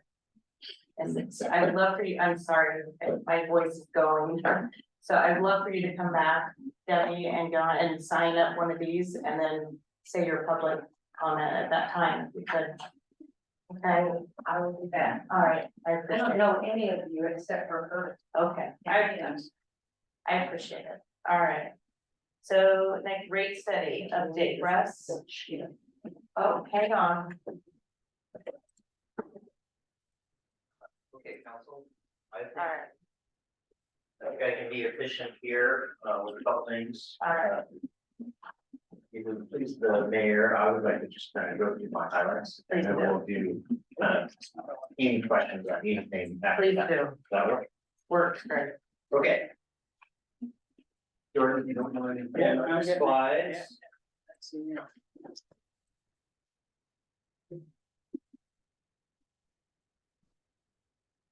Okay. So, I'm not gonna go over things that I presented last time that haven't changed. So, first slide, first two slides haven't changed. The third slide includes an additional scenario. You were there. Okay. Number two. Oh, number two. Okay, sorry. So, I was asked to, Can we just make the presentation start and then you can skip forward on the slides, so it'll make it a little easier to read, if that's okay. F11. Thank you. Thank you. I was just reminded why I always wear a jacket, and it's so that when I pit out. You can't tell. Okay, had to get that out there. All right, I was asked to kind of bring back a multi-year rate proposal and an option for more investment in capital spending and reserves. And I did that in the slide deck that is in your deck. I also proposed another option that we'll maybe put up here in a second, that's kind of in between these two. So I have that ready to go as well. I do want to provide one general update. Bonneville had their quarterly business review meeting last week where they released that their financial condition, although it's been a high cost year for them on the markets, is reasonably good. And there is a chance that Bonneville will have a small reserves distribution this fall. That's going to be in the tens of thousands instead of the hundreds of thousands. So it's not going to be near as big as it was last time, but it's some good news on the horizon. Option one in this deck is still a very good option. I have it built out for all 3 years. Option two, I think, just to be frank about it, I think it's probably a little aggressive for what the council wants to do. So I'll probably move from option two to another third option, which is a little below that. As we get into this discussion. And then I'll talk a little bit about the new large load rates before we hear from the guys on the data center. So those are my general updates. This slide shows option one and option two. You can see the annual increases, 4.3%, 3.4%, 3.4% is the base proposal. Probably as high as you want to go here would be this 8%, 7%, 7%. We're covering all of what you need in the first 3 years. Probably a little aggressive for what the council has. But we'll talk about a third option later on. Go ahead, Jordan, if you don't mind. No change to this slide from last time. Let's go forward. No change to this slide from last time. No change here, obviously. Okay, here's the 3-year plan, option one. This is what I would consider your base minimum proposal. I think a minimum proposal to fulfill your fiduciary duty to fund the utility. This is a good place to be. It does hit large industrial, harder than some other classes, but that's because the cost of their power has gotten a lot more expensive than it was just a few months ago. So you have to bring them up to what it costs to serve them a little faster than you have everybody else. My option two proposal here, I think, just gets a little bit ugly for industrial. And why don't you go to the next slide here? And I even in the third year damped it down to 7%. I think those kind of numbers are just hard for your industrial, even though they are causing some of those costs. So I think we better to kind of go in between this and the base. But option one is a good proposal, and you can move forward with it. Jordan, go ahead. Go through. So these are what the rates look like for option one. You'll see how gradually increase the base charge, but very slightly for residential. And the energy charge goes up gradually as well. No demand charge here. Go ahead, Jordan. Option two, is not a bad option for residential. I think you could still do option two for residential if you felt like you need to go a little higher here. But why don't we go on to the next one here? Option one for residential rural, you can see same thing, increasing the base charge slightly, increasing the energy charge slightly. No demand charge for residents. Okay, George. Outside rates as well, gradually increasing, energy charges going up. Next option. George. Okay. General service inside the city, recall that commercial services in the city were paying more than their share relative to cost of service, so they have a little bit lower rate increase here. Option one, I think option two, if you go to option two, Jordan. You can see a little bit higher for option two, gradually kind of bringing the block rates to a flat rate in year three. You can see that they're the same in year three. Okay, go ahead, Jordan. General rural is the same. Kind of same relationships here. You have to do a little bit more on the demand charge here to not have the base charge go up too much. Let's go to option two. Okay. And this is same kind of thing, but a little bit higher increase in the energy charges in option two. Okay. Public agency, option one.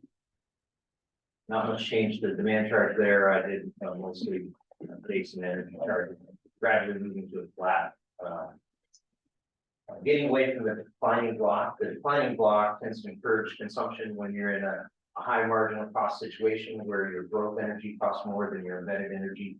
Generally, you don't want to encourage consumption, so it's good to get away with declining block foods. Go ahead, Drew. Same thing for option two, gets a little high for your public agency option two. And let's move to industrial. Okay, this is outside. And one more time. I get this one. Yeah, there you go. Okay, industrial, this is kind of the base proposal here, and it is some pain for the industrial rate class, but you'll see the energy charge is getting right up to what you have to pay for tier two energy, so you're not really gouging on the energy here on peak and off peak. And your demand is only on peak, so industrial energy is only an on peak demand, so you're not charging any demand for off peak. Obviously, it's tough for most businesses to not operate on peak hours at some point during the month, but there is an option. For the lane version, you clarify what on peak is. Yeah, on peak means during heavy load hours or during 8 in the morning to 8 at night, and typically for Bonneville, that's on peak hours. Utilities do decide on peak hours that are narrower than that. That's something you can do to kind of narrow that incentive. For Cascade Box, you pay Bonneville rates at their heavy load hours, which are pretty much the standard heavy load hours. So you don't really have the same narrow hour percent incentive per se that other utilities do. Go ahead, Jordan. Okay, industrial option two. So this just starts to get a little high. I put it together as requested, but it just seems a little high overall from the industrial, and you're getting them above, quite a bit above the tier two rate here. So I think it's just a little aggressive on option two for industrial. And that made me think that there might be a good opportunity for kind of something in between these two options. So Jordan, let's see. Can you X out of that and open the option 3 I sent you? Maybe, if I can get to my email. And actually, I'll take questions in the interim. Do we have options there? Or No, it's just, yeah. No option 1.5. I guess I could have called it on that, that's a fair point. Russ, did I confirm with you, because you said on peak and off peak hours, you can be 8, so the 12 and 12 are the 16 and 8. So I think it's more like 6 a.m. to 8 a.m. in the Bonneville. It's in their rate figures for the federal tax, but the hours of Bonneville, it's more of an explanatory. we Sunday, as well.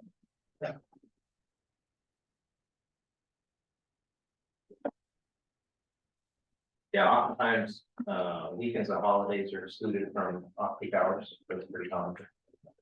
So then to clarify, Bonneville has their own economic hours, do we have separate on economic hours? No, we don't. Ours follows what Bonneville does.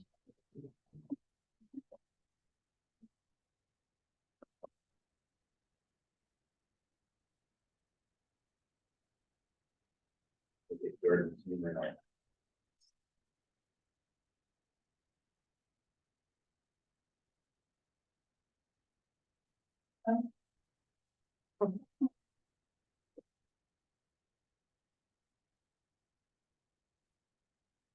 Okay, let's go down to the second slide there, Jordan. Let me get Sharon here. Okay. Oh, shoot, now, I'm gonna go on that. That. I think that.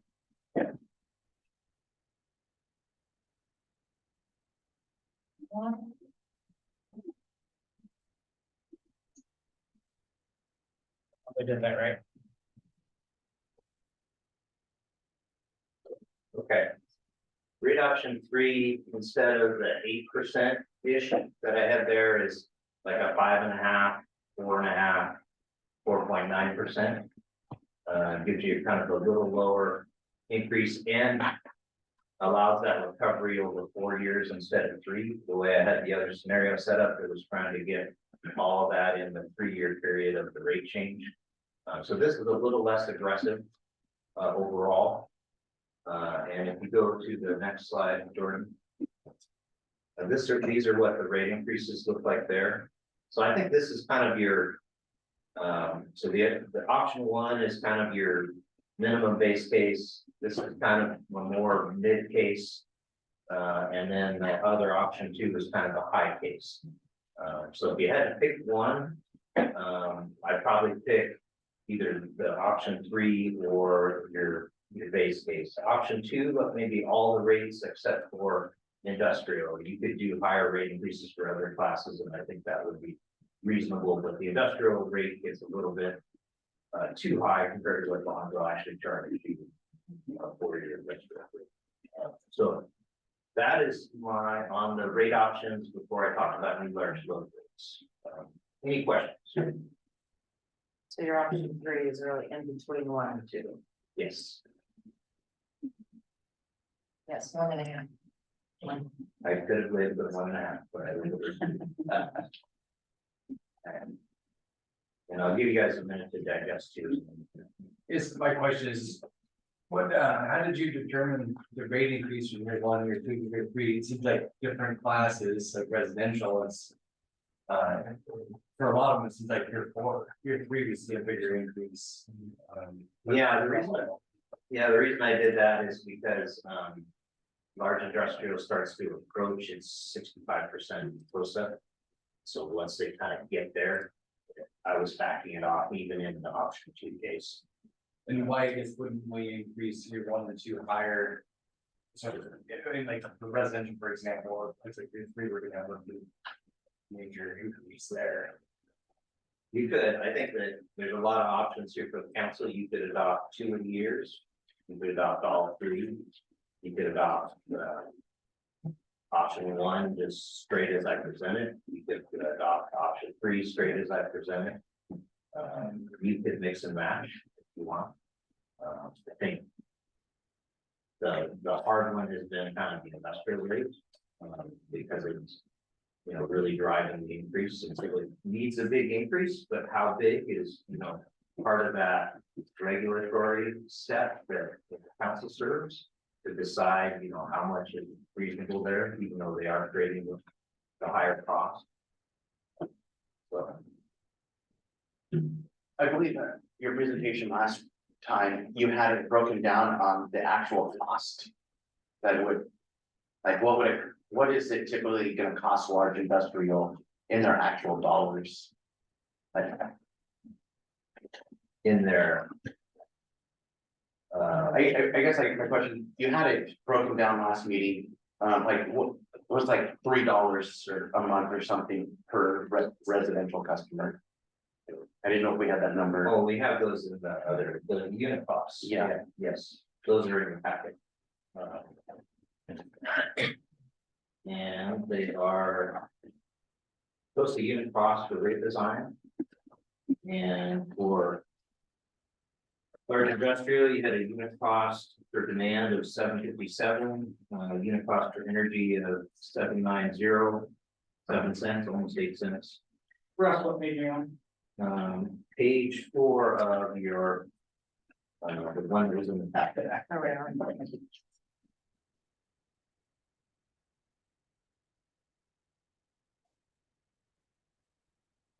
Is that what you were looking for there? I was, what's my bill gonna change? Like, I don't know, we pay like $150 now, so what are they gonna? What's gonna come out of my pocket? And what's gonna come out of the large industrial's pocket? Well. When we go to the, actually, this slide's not bad here. You see. Large industrial increased 60%, that would be 347,000. We're only increasing them 21%, again, so being about 43% total, so they'll probably get, 250,000 of that, 300,000 increase.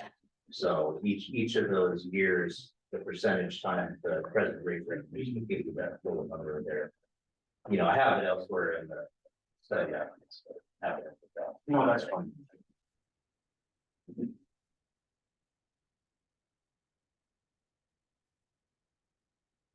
I know in our last meeting, council member Farrell, you brought up it'd be nice that citizens would like to know what the plan is over time. So not just in 1 year, and then surprised that the other one, so I think everyone seemed to like the longer year, to go out 3 years. I don't like year 3 being big.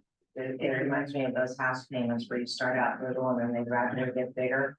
I'd rather start out right on target and then have less increase over the year. So would that be the option 1, Russ, that does that? Yes, option 1 doesn't have that bump in year 3 because. We didn't take industrial so close to. Right. Their. What they really should pay us. I'm with you. I like that option 1 because it's consistent from year to year and it actually goes down year 2 and 3 Yeah. versus up year 3. And I think in my opinion, there's a difference between residential and commercial, and large industrial, because commercial, they're using this energy to make a profit, produce something of value, they're turning and selling, and they can charge more for their product if their expenses to produce that actually go up. Residential customers, we're just being a limited pay, and we've already had a fixed income, and I think if people, and so I'm personally more of a fan of option 1 for that reason. Yeah, there's 2 major assumptions in the study that are kind of direction of council to some extent. 1, tier 2 power. The more expensive power you're having to buy from Bonneville is being allocated more to the industrial class. And 2, there is extra O&M costs that are incurred by the kind of out of city or the rural class. So those 2 assumptions are kind of embedded in the study and reflected in the results.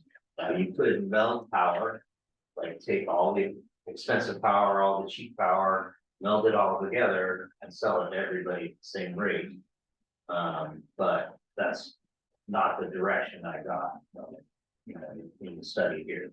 Same thing is true for rural and city. You could, postage stamp rate that as well, but it's traditionally been separate and there've traditionally been higher rates. So I kept that consistent as well.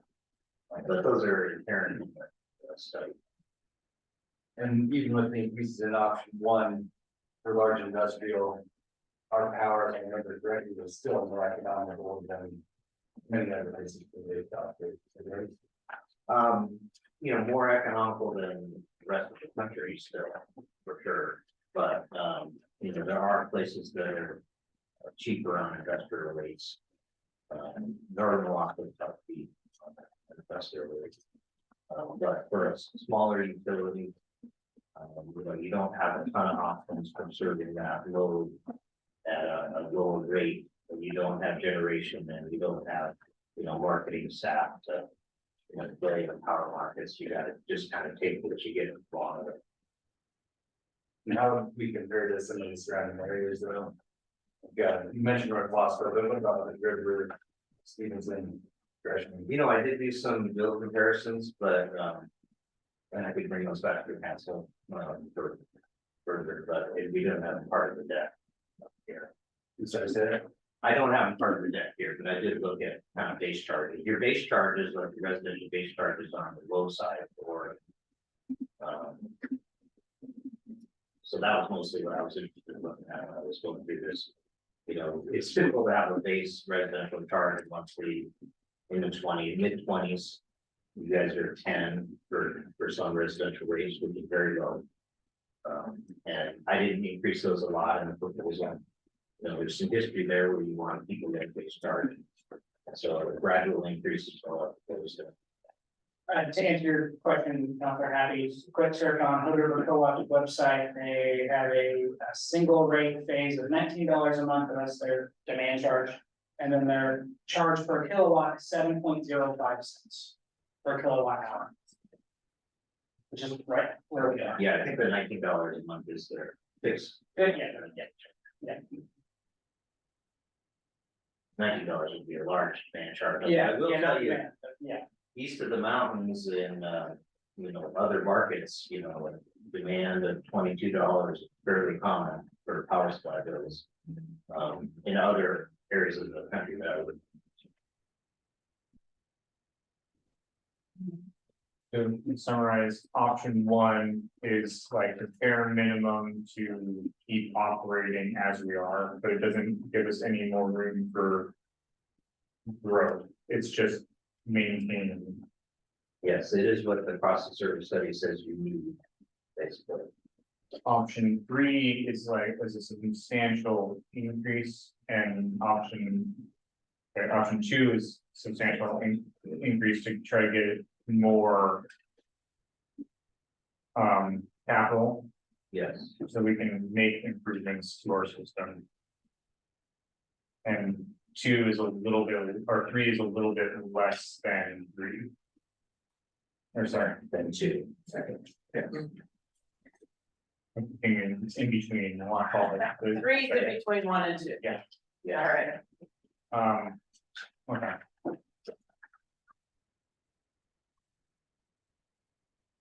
I just wanted to make sure, like, I was clear on like our financial as a utility, our. Like, option one looks good, but it's also the bare minimum for us to keep operating. And option three is, or option two is some growth in making money on with our utility fees. And option three is kind of the median in that kind of the growth of the capital. Yes. Okay. I said, after the last meeting, Russ and I talked, and it's in our finance policy that the electric department has minimum of $1 million reserve. We're at about 3.5, 350,000. We're not even close. So I think the option two is definitely on the higher end, get us to that $1 million reserve sooner than later. Yes, it's a little bit front loaded compared to the other. The other thing I would say about the further you get in the future, the less certain it is. So I think year one and year two are pretty certain at this point. So I think it'd be wise to at least do a 2-year plan of some kind in first council. You're not comfortable with 3. I can see that. I think it'd be wise to at least do the option 1 rates that I have. That's base recommendation. And then I did a couple of other things I want to talk about. We have several more questions on it. Councilor Miller, do you have any comments on? Okay. Okay, can you go back to the main deck? Yes, I'm starting to figure it out. Multiple screens. Go back this way, no. And I just want to talk briefly about the new large load rate before I turn it over to other folks to talk about that issue.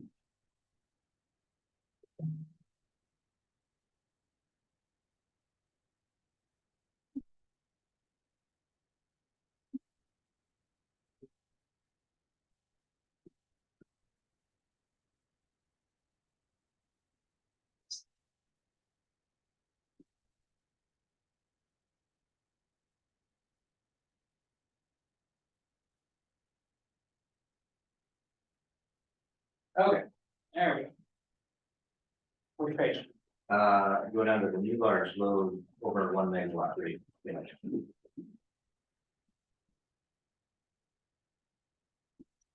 Okay, this slide is the same as it was last time.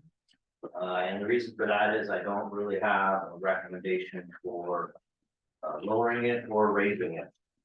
This is last time. This is, I think, a good minimum you would wanna do for a new large load rate. Because you're gonna pay that for power. If the council wanted to lower this rate for economic development purposes or other, the places you could look would be making the delivery demand charge only on Bonneville's coincident peak. Basically look at your Bonneville bill and see what large load was at the time you got billed by Bonneville and bill them on that value. You could do that instead of just their max KW in one. And then if you thought 1,000 a meter a month was high for kind of complexity of service type costs, you could maybe look at lowering that a little bit if you felt that was too high. But I don't have any changes to my new large load recommendation. It's my understanding that Jordan will evaluate each large load individually and probably be an outside review of the final rates before they go into effect. So, but I'll take questions like this. Of course, that's all right. Questions?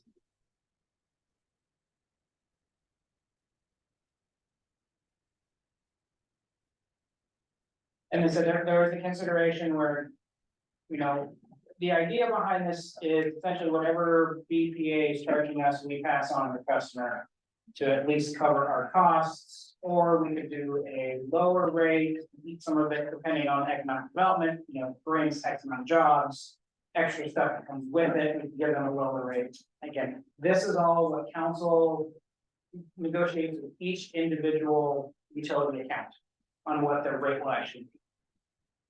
But this would be kind of like a baseline, like this is what we propose, and it depends, we can adjust from there. This is, yeah, this is the kind of a break even with a little bit over.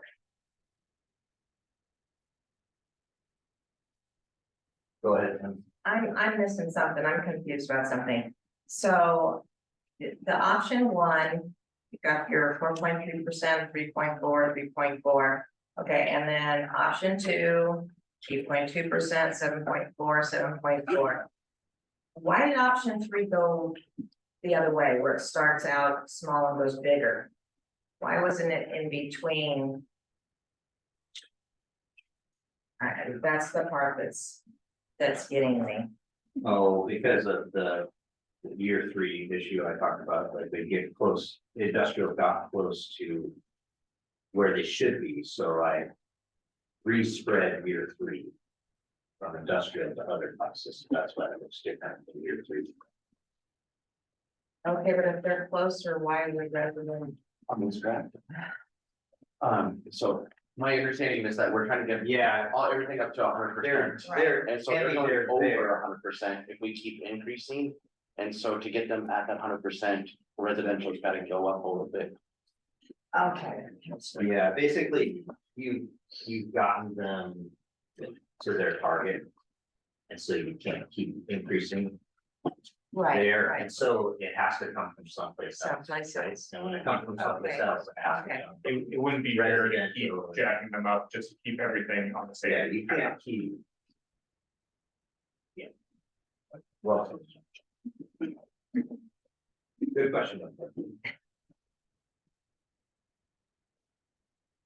Now, Dennis, you had on, was it on this topic, the rate changes? Yeah. Now would be a good time to, You're up, Dennis. then, the rest of the way, have you come back? I'll be available. I'm staying until we're done. Well, thank you for having me up here, Mayor and council members. My name is Dennis Porter. I am the CEO and co-founder of Satoshi Action Fund and the founder and president of Satoshi Action Education. Both of those organizations are nonprofits.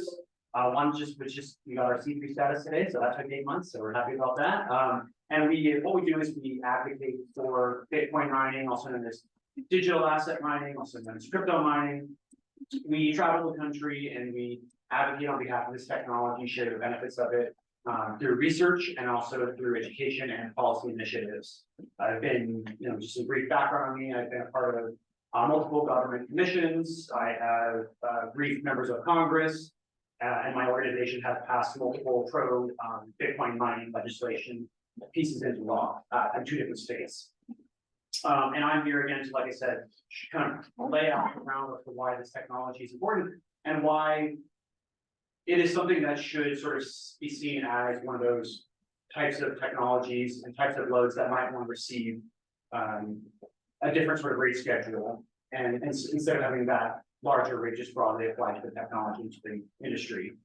Really quickly, before I get into explaining what Bitcoin mining is and what it can do and what it can offer to your city, I would just like to briefly explain Bitcoin. So Bitcoin is a fully digital currency that was created 14 years ago in 2009, where it gave people across the planet access to a form of savings that can't be controlled or manipulated by central banks or any other centralized authority. Outside the USA, many nations face a crisis of value, which puts the economic stability of individuals at risk. This new savings technology, Bitcoin, allows individuals in war-torn nations to evade economic captures when fleeing their homes. It allows individuals in developing nations an opportunity to access financial services via its permissionless nature. And it gives people in nations like Argentina a chance to protect themselves from hyperinflation due to Bitcoin mining, Bitcoin's part supply cap. In order for Bitcoin to provide these opportunities, to provide these sorts of benefits, it needs its own infrastructure. Very much like how the internet has its own infrastructure so that you can watch cat videos, so you can be on Zoom call with people across the planet. The internet requires a data center infrastructure in order to support those features. It can't just operate fully without any sort of infrastructure for support. Bitcoin and the benefits it has to offer and the ability for it to be a world-class savings technology needs to be supported by a physical infrastructure, and that's what we call Bitcoin mining. But when you hear the word Bitcoin mining, just think, data center. It's a Bitcoin mining data center. So this new wave of data centers for digital assets like Bitcoin are necessary for it to offer the above benefits, maintain its network, process transactions, and secure billions of dollars of savings globally for all the users who participate in the network. But this nascent form of public data center infrastructure can also serve another purpose. In the United States, we face a growing energy crisis. Our electrical infrastructure struggles to keep up as we sprint towards an energy transition. We see growing brownouts and blackouts as the cost of energy increases for ratepayers across this and other states. This is a growing problem nationwide. Just this year, the North American Electric Reliability Corporation, NERC, announced that we will see a growing number of brownouts and blackouts due to increased demand during summer months. It's very hot right now, so there's a lot of ACs on. Brian, so, forgive me, I can pause. but normally if there's a presentation, it gets on the agenda. Mhm. So if a citizen wants to come and fill out one of these, it gets 3 minutes. I guess I'm part of the So- presentation. Is it? I'm co-presenting. Okay, so it's the same. Okay, If he's taking more time, that's okay. so, And normally on that, you would go in that slot and it's technically is it still part of, Russ's presentation right now? it's, yeah. Yeah, apologies for us, Okay. sort of So my apologies, I didn't realize that you were the same person. I apologize on So not announcing. my fault there. So can we bring Russ back up and finish the conversation? Oh, Yeah, yeah, absolutely. Yeah, Then that's we'll fine. go to- Not a problem. That's the part about. I thought we were consent. transitioning. Yeah, no, all right. Confused me on this. I think they thought you were commenting on general rate. Right, I didn't know. Got it. So appreciate it. Thank you. Okay, All right, Chris, come on back up. So. Option 1, 2, or 3. And there's been lots of different comments. I personally think that option 2 is the most fiscally responsible option for us as a utility. I know it's the most, at least at bare minimum, tiers 1 and 2. I'm not sure about 3, we can talk about that more, but at least year 1 and 2 on option, on option 3, years 1 and 3. The in between option. I think it's just, if we keep with, if we do option 1, which is the bare minimum, we're not helping ourselves out in the future. We're not replenishing our coffers. We're operating. And with everything growing and spending money on building infrastructure and everything we need to keep, and especially when we're looking at, like, oh, we're just gonna have to keep building more. We need to have backup capital so we don't have to borrow as much as we currently are. My first point. Councilman Kelly? I guess I'm lost. We're making an action. Or are we just having discussion? At this point, it's discussion, because I need to have some kind of idea to present a resolution to council. Yeah, we have to have public input before we. No, that's what I was thinking. I was like, oh my gosh, So where we're we just, okay. this is discussion. yeah, I think We're Jordan is asking for guidance about. Yeah, So I can help him sorry. bring back great proposal for you guys. No, we're good. I echo Mr. Compton's thoughts. Councilman Farrell? Any? Okay, if I were a resident, I kind of know. Obviously, option 1 would be. The best one, to try not to have a higher bill. Which option would be best if I were a business? Is that the number 2 one? Because number 3 is more extreme for business.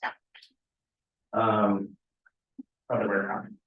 And Yeah. backwards. Yeah, I keep backing it, it's notice. In between 1 is option 3. yeah, it's option 1.5/3. Probably be more just chamber of commerce type friendly where they're wanting to see you guys invest in utility, but not do bare minimum, but not go too high. And that's kind of why I brought that back to you, is because I just felt like option 2 got a little bit high for the industrials, and so I thought we needed some kind of 1.5/3 option We're there. trying to build our industrial one. Yeah, I mean, the risk is if you raise a certain rate too high, the customer just shuts down and goes someplace else. Right. So, I mean, you have to kind of recognize that. We're trying to find a In- These rates for large industrial. Will basically chase them that way. I mean, they're way high, and if we're trying to look for jobs within, in our industrial port area. This type of rate. Yeah, so that's why it seemed like option 2, then, we're just getting too high on the industrial side, so that's why I brought back option 3. Yes. Denise? Would option 3, is it my understanding that option 3 would bring us closer than just barely making it, but it does so over 4 years? Or are we still just at the minimum? Yes. Yes, you're perfectly correct, exactly. Councilman Miller? Not here. Well, I guess originally I was kind of like yours, Yeah. and I'm like, I think option one, because it's the one that has the least impact on the. I think the majority of our population, but when I think about the long-term benefits to all the citizens, having a healthy electrical system, I think that the more favor of option three, so that we can add our coffers system. Because I'm like, well, you know, but it's not really padding their coffers, it's just getting it back up to the minimum level of savings that we're required to have. Right? Promise that we are not anywhere close. That's right, and so I guess I'm feeling a little bit, you know, I wanna be business friendly, and I don't wanna shock our residents either. I feel like option three does a little bit about that, so appreciate the time together. I would be in alignment with that as well, just, to try and find some happy medium, so when you, because if we just keep operating at a bare minimum, it's not gonna get us to where we need to be. And then it puts us at risk. It makes me nervous that we're supposed to have $1 million and we only have 350,000. So it's, I'm more of a happy medium, and if we could agree on just 3 of those, but that if I was going to, and it's more, I don't wanna, I wanna be business friendly, and I don't wanna scare off businesses if it's so astronomically high. But it sounds like 3 kind of would be the best of, or in between. 1 and 2. Even for business, large business. Would that be accurate? I mean, it depends on which business you're in, if you're in a certain rate class and getting a high increase, it's obviously it's best for you to have the lowest rate increase. But there are other things that you provide to businesses that are important here, like reliable service and resilient service. And investing in the system, and people that are running businesses care more about, you know, whether the lights are on, you know, than the bill all the time. You know, they want a fair bill, but they also want the power. So I mean, we have to kind of balance those 2 things. Good example of that is internet. There are a lot of businesses in town that are not starting because other fiber providers on the line. You want to pay double the rate, because that's more reliable. I just want to add that how grateful I am that we hired you to do this rate study. Prior to going into this, there was this discussion about trying to figure this out internally, and seeing all that was involved with looking at the rate study, it was way above our capability to put this together. Beyond that, though, I think there's some credibility that comes with having you come up with a rate study and the willingness with the options versus us just throwing out an idea. So thank you. Appreciate it, and I'm not perfect, but I do put effort in and go and send it. What I do. So thank you. Council, everyone really appreciates to make an informed decision. So, Jordan, you were right, Jordan. Jordan, can you put the option 3 in our boxes? Yes, yeah, I'll print this out for everybody. Yep. Okay, And I'll email it to you. any other in light of time here? So the rest of you feel like you have a good consensus? Yeah, I think I can make that pretty like the rest of it. No. All right, so much. thank you. And. All right, so Goodlife. Homework. Yeah, 2 minutes, yeah. I wasn't sure if you were, I wasn't sure if you were go together or you kind of go together. I'm also gonna. Yeah, let's go together. The size on this rate affects kind of what their plans are. Okay. Process a little bit. Okay. Could do that. Bring some chairs on. Yeah, bring chairs. We're informal, just bring chairs on, sit on each side. Good to be back.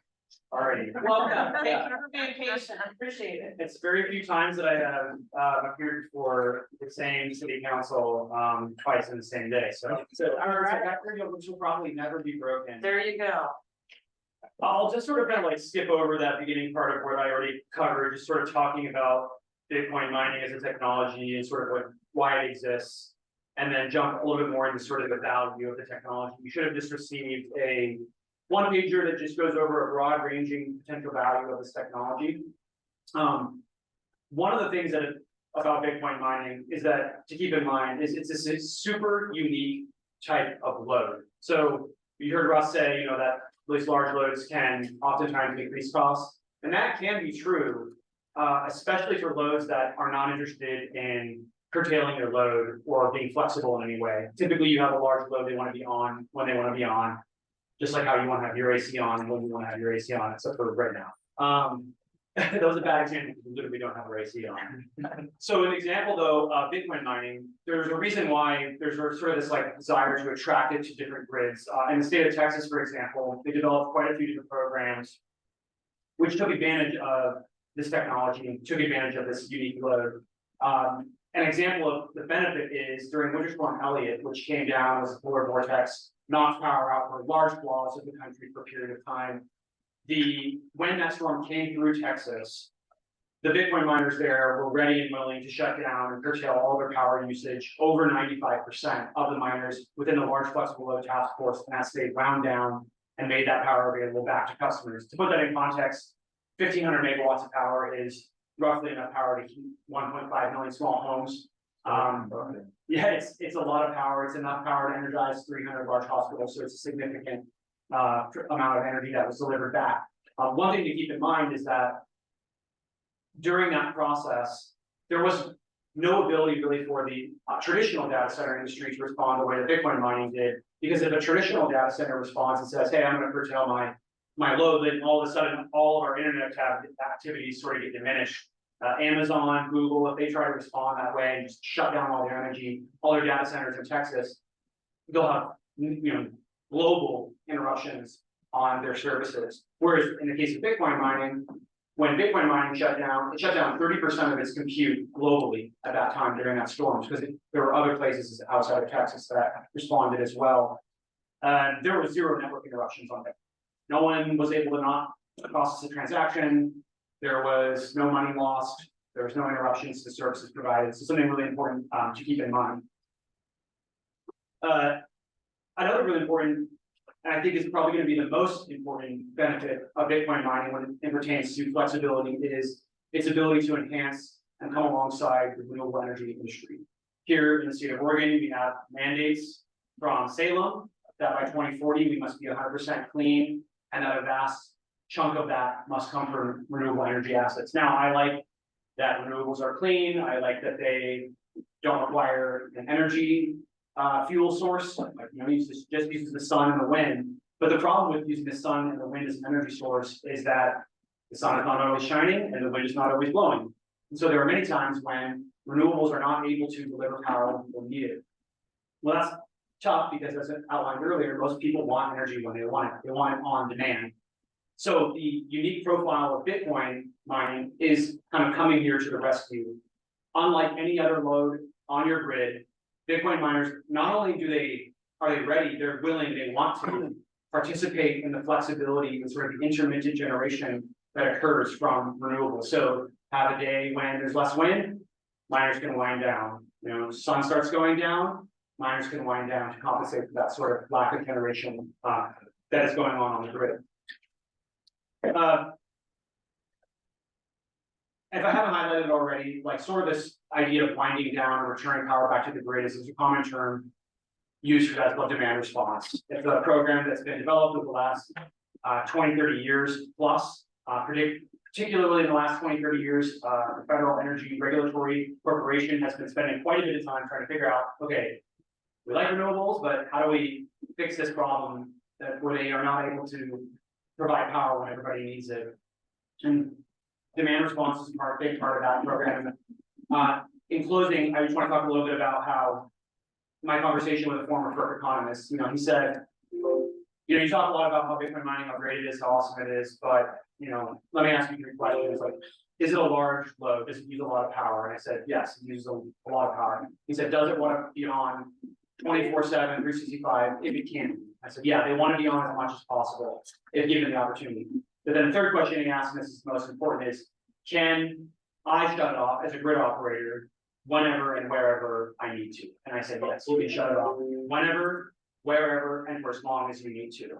And going back to that case of Texas, not only did the miner shut down sort of when energy was peaking, that was a multi-day long process where they were able to curtail for those large periods of time. And they're able to do that for a variety of reasons, which I can get into, if you have any questions surrounding Bitcoin mining. The last, just very last thing here, I just want to say thank you for all of your time. I know it's late, it's hot, and probably hoping to get the air conditioner back on. My sort of final conclusion here is that I think it's important for, the city, the incredible job hiring Russ and making sure that you guys are on track with your energy. There's a lot of cities that are suffering from this, not taking the proper steps. I think you are very much taking the proper steps here, but keep in mind that Bitcoin mining is sort of a very different technology, very different load. And so it has a lot of these benefits, which there are many that I didn't even cover on the sheet that you see there. And so if you want to track all those benefits, Bitcoin mining is willing to come to your city if there is a negotiated sort of reasonable rate that can make sense for the city and for that large load, make it a win-win for the city and for business.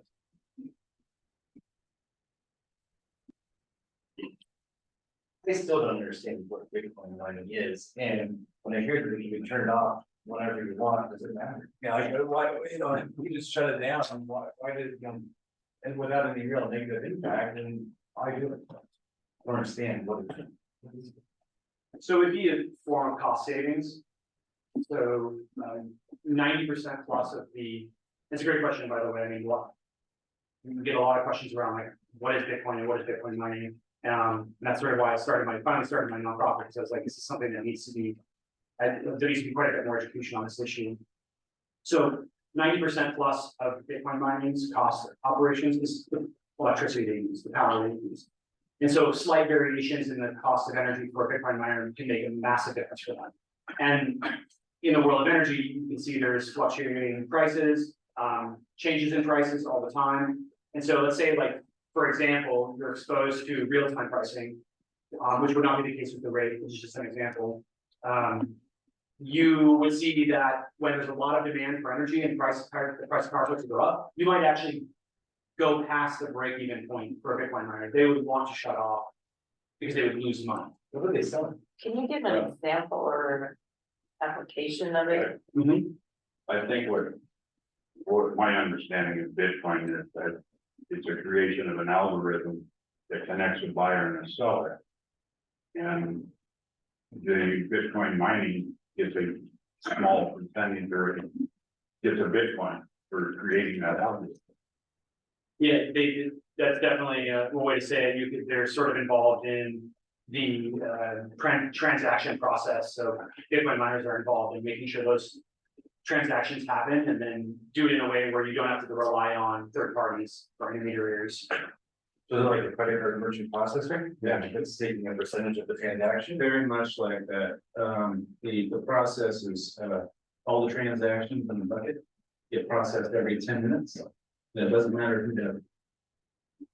So that's what the buyer. We can turn on and not affect the network. Somebody else will find the next block to process the transactions. And, but by adding computational power to the network, it makes it difficult for bad actors to gain the system.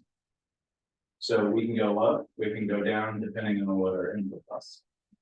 Thank you. I think your analogy is good, the credit card, that made sense. The credit cards are 3%, Bitcoin's like 25%.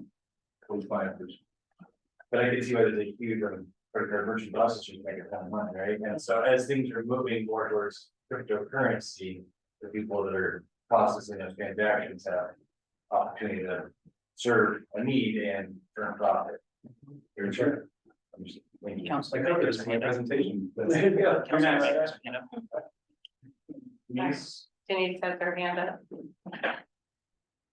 Thank you, and thank you for sharing a little bit about the renewable energy. Again, on the Zoom, I can't always make sure I've heard everything. Are you at all interested in, I know there are solar panels at Cascade Locks. I know there are some tax benefits to putting them on, and you can put the power back into the grid to reduce your power costs. And just met a renewable energy specialist from Amsterdam who said the solar power is so good now and more affordable. He can't imagine why every business doesn't have it. And Amsterdam, I'm looking, has 5% more rainy days than Portland, Oregon. So that I guess my two comments are, thank you for talking about that. And is it something you could look forward to adding some renewable energy to help keep your costs lower, if that is a consideration for you, if the cost, that I guess is my big question.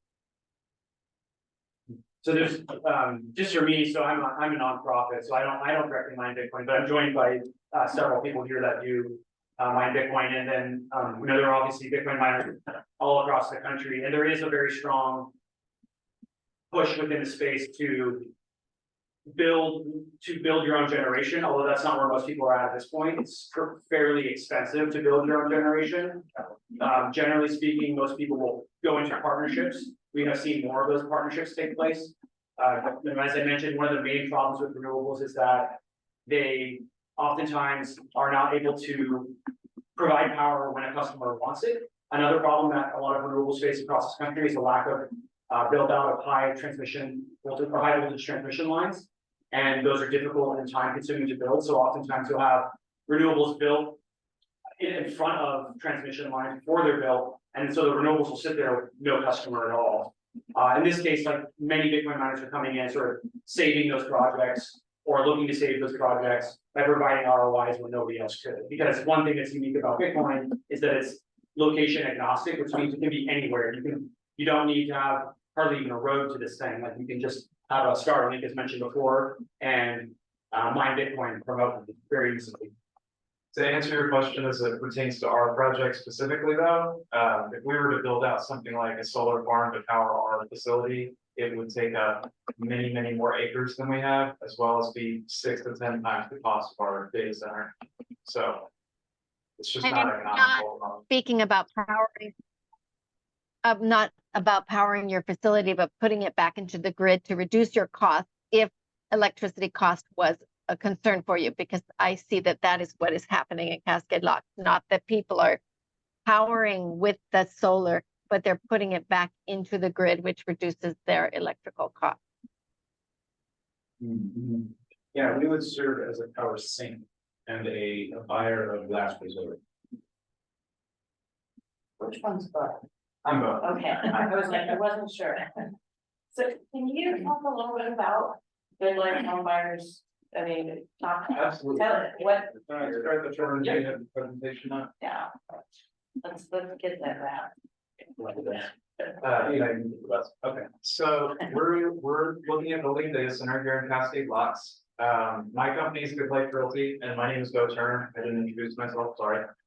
I was originally born in Alabama and ran a real estate company in Alabama and Texas, and then moved up to Oregon a couple of years ago. And so the Abundant Minds project that we're working on setting up here in Cascade Locks is a culmination of everything that I've learned in real estate, everything that I've learned in my engineering degree, and just a real passion project for me as well. Technical difficulties, hold on. Keep talking. I'm Colin Cruz. I do operations. I'm been a current resident at Fort Cascade Locks for the last couple of years, doing an operation here. And but we're more of a lab, or we're much smaller. Bo's operation is about 30 times the size of my operation. But we've proven the technology, and it's been working out pretty well so far. Same company? Not the same company, partnership. And then also joining us is Johan. He's your single large load customer here at Cascade Locks. He does operations at another mining facility here in town. You can go to the next slide, Jordan. So that's my background. We can skip through that. That's my background. We can skip through that a little bit. So just generally, we were talking about lots of renewables coming online in Oregon. Oregon is the number 4 in the nation for pending interconnections of renewable generation. And compared to our population, it's a crazy amount of new power that's coming on versus how many people we actually have to serve. So in terms of our actual energy future, we're seeing a lot of increases come from EPA, but it doesn't really reflect reality that's behind the meter and the reality that's coming a few years from now. And so part of what we're here to do is to guide the city and be a partner of the city while energy transitions take place. And we see a completely different side of Cascade Locks where you guys hired an energy consultant, obviously, to help redo your rates, but you're also looking at growing the city quite a bit. Going from, 4 megawatts of average load to serving up to 40 is not a small jump. And there's going to be growing pains. So part of what we offer is a way to do that and not mess up your equipment, make sure that you're getting utilization on it, and immediately have an anchor tenant that's coming in and performing these demand response services where we can help you balance out the energy curve that Cascade Locks has. And I think, Jordan, if you'll go to the next slide. This is just a crude representation of what city grids look like throughout the day, as well as seasonally. So you see there's varying degrees of peak loads and troughs, where there's low energy consumption during certain parts of the day and high energy consumption at other parts of the day. And so part of what we're looking to do is come in and essentially smooth that curve out for the city. If we go to the next one. What it looks like is we just fill in your gaps. So if the city on one day spikes up to a huge usage and incurs a giant demand charge, what usually happens is that charge is a large component of your bill, and yet you didn't use that much energy for that long. And so by bringing in a load like us or like Johan, you get the ability to spread your demand charges over more energy. And so net, that should lower your bill and make you more efficient at how you procure your energy. We can go to the next one, Jordan. So the picture you see on the left is an example of what our actual data center would look like.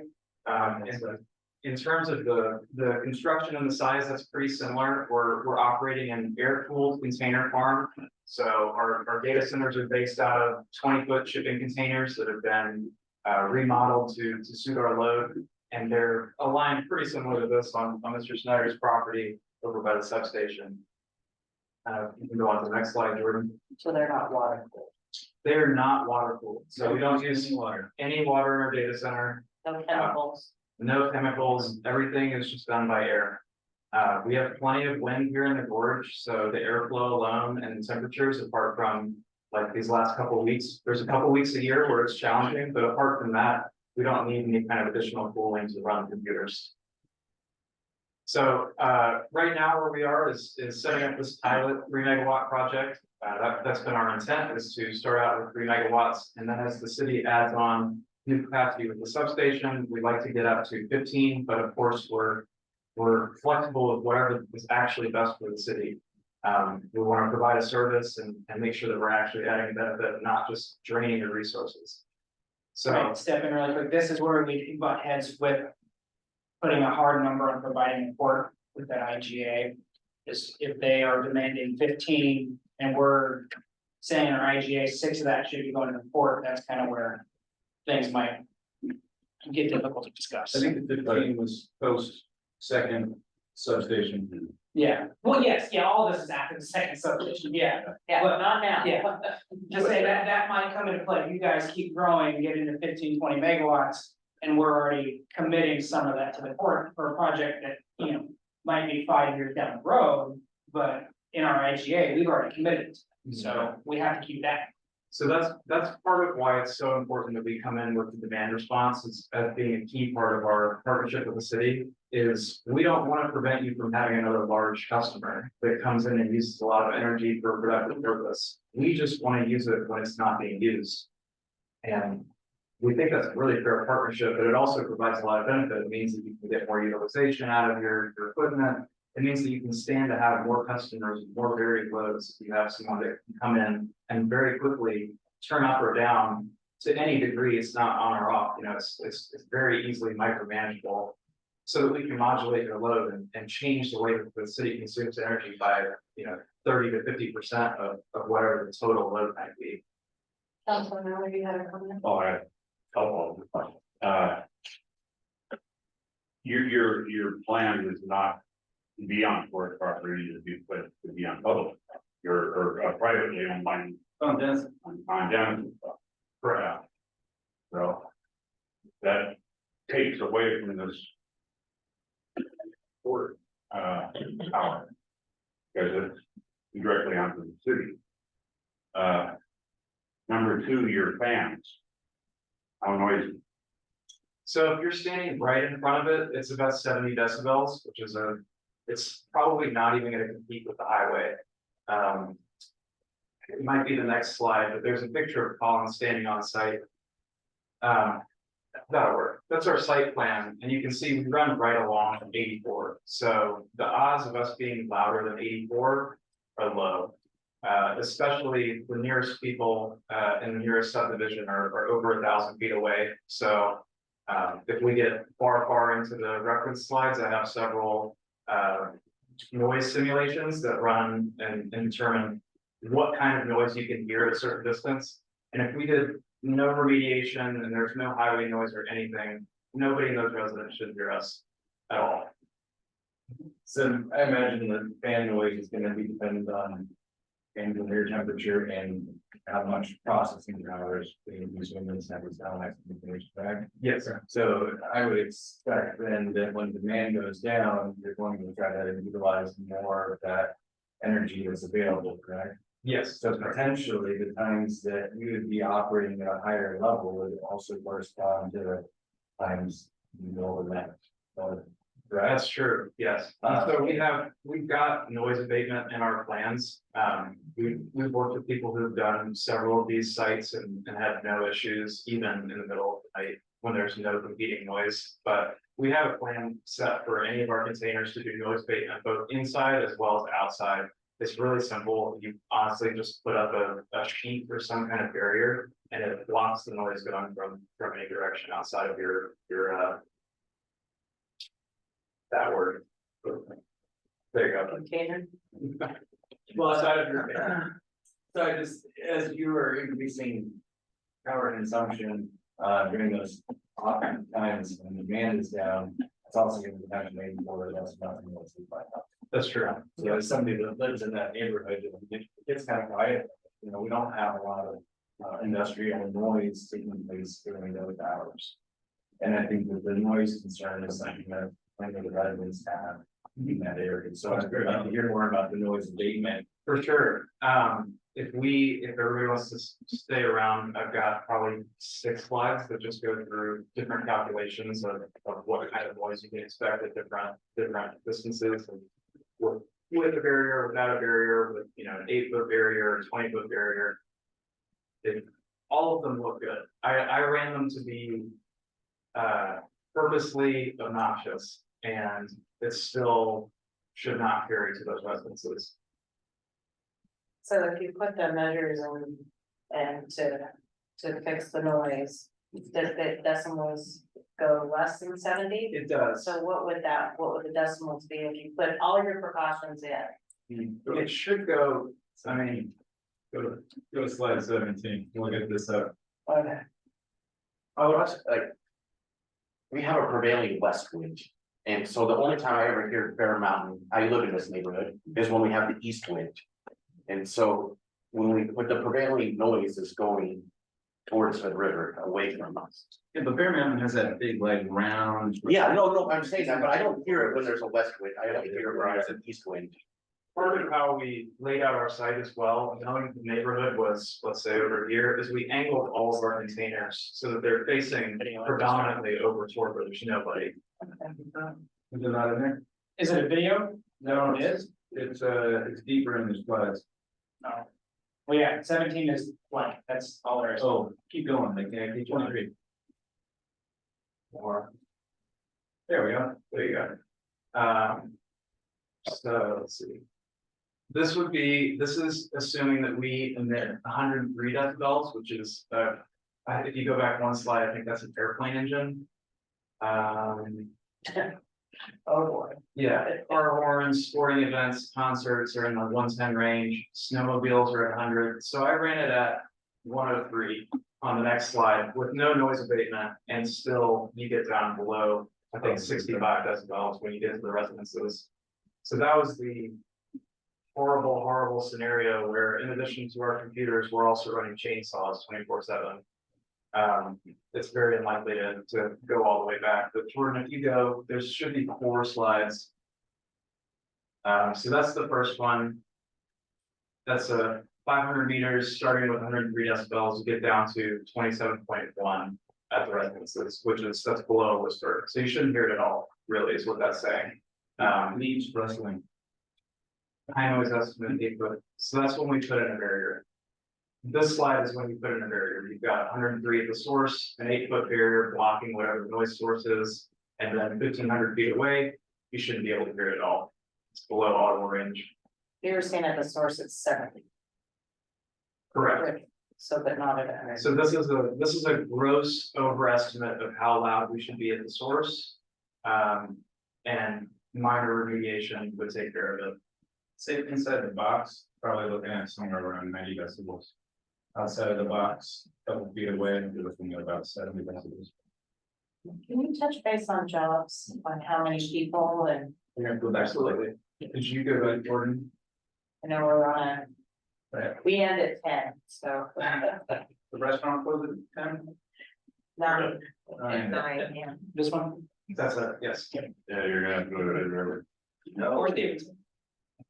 So immediately when we start up, we have 1 full-time site network engineer, that's Colin. Another full-time site diagnostic and repair technician would start up with Colin. Currently, we just have digital security on the site, but once they're filled with, a few $1 million of computing equipment, we're going to be looking to have security personnel on site, roving around site on a 24/7 rotation. And then as well, as far as ongoing work, our site runs with a lot of different electrical components, so we're constantly going to have to be calling on the local community for electrical contractors, and that would be ongoing work. We've also got local construction labor contracts for any kind of new site development that we do. And then as we scale, there are some rules of thumb for how many people you need to run these facilities, but it's also going to depend on if we're fully Bitcoin mining or we branch into like high performance compute, AI, those can require a few more people to manage. And so we would estimate we need 2 to 5 additional full-time site operations personnel who are managing equipment, doing repairs, Here diagnosis. locally, so Yes. not a remote. These are people that have to be on site in Cascade Labs. Colin has a warehouse that currently is not being utilized to its full potential, and we would set that up as a shipping and receiving hub for our retail sales business. So we need someone to handle logistics at that site. And what we're estimating is based on our revenue that the city should be able to get at least 2, maybe 4 additional linemen to help maintain city systems.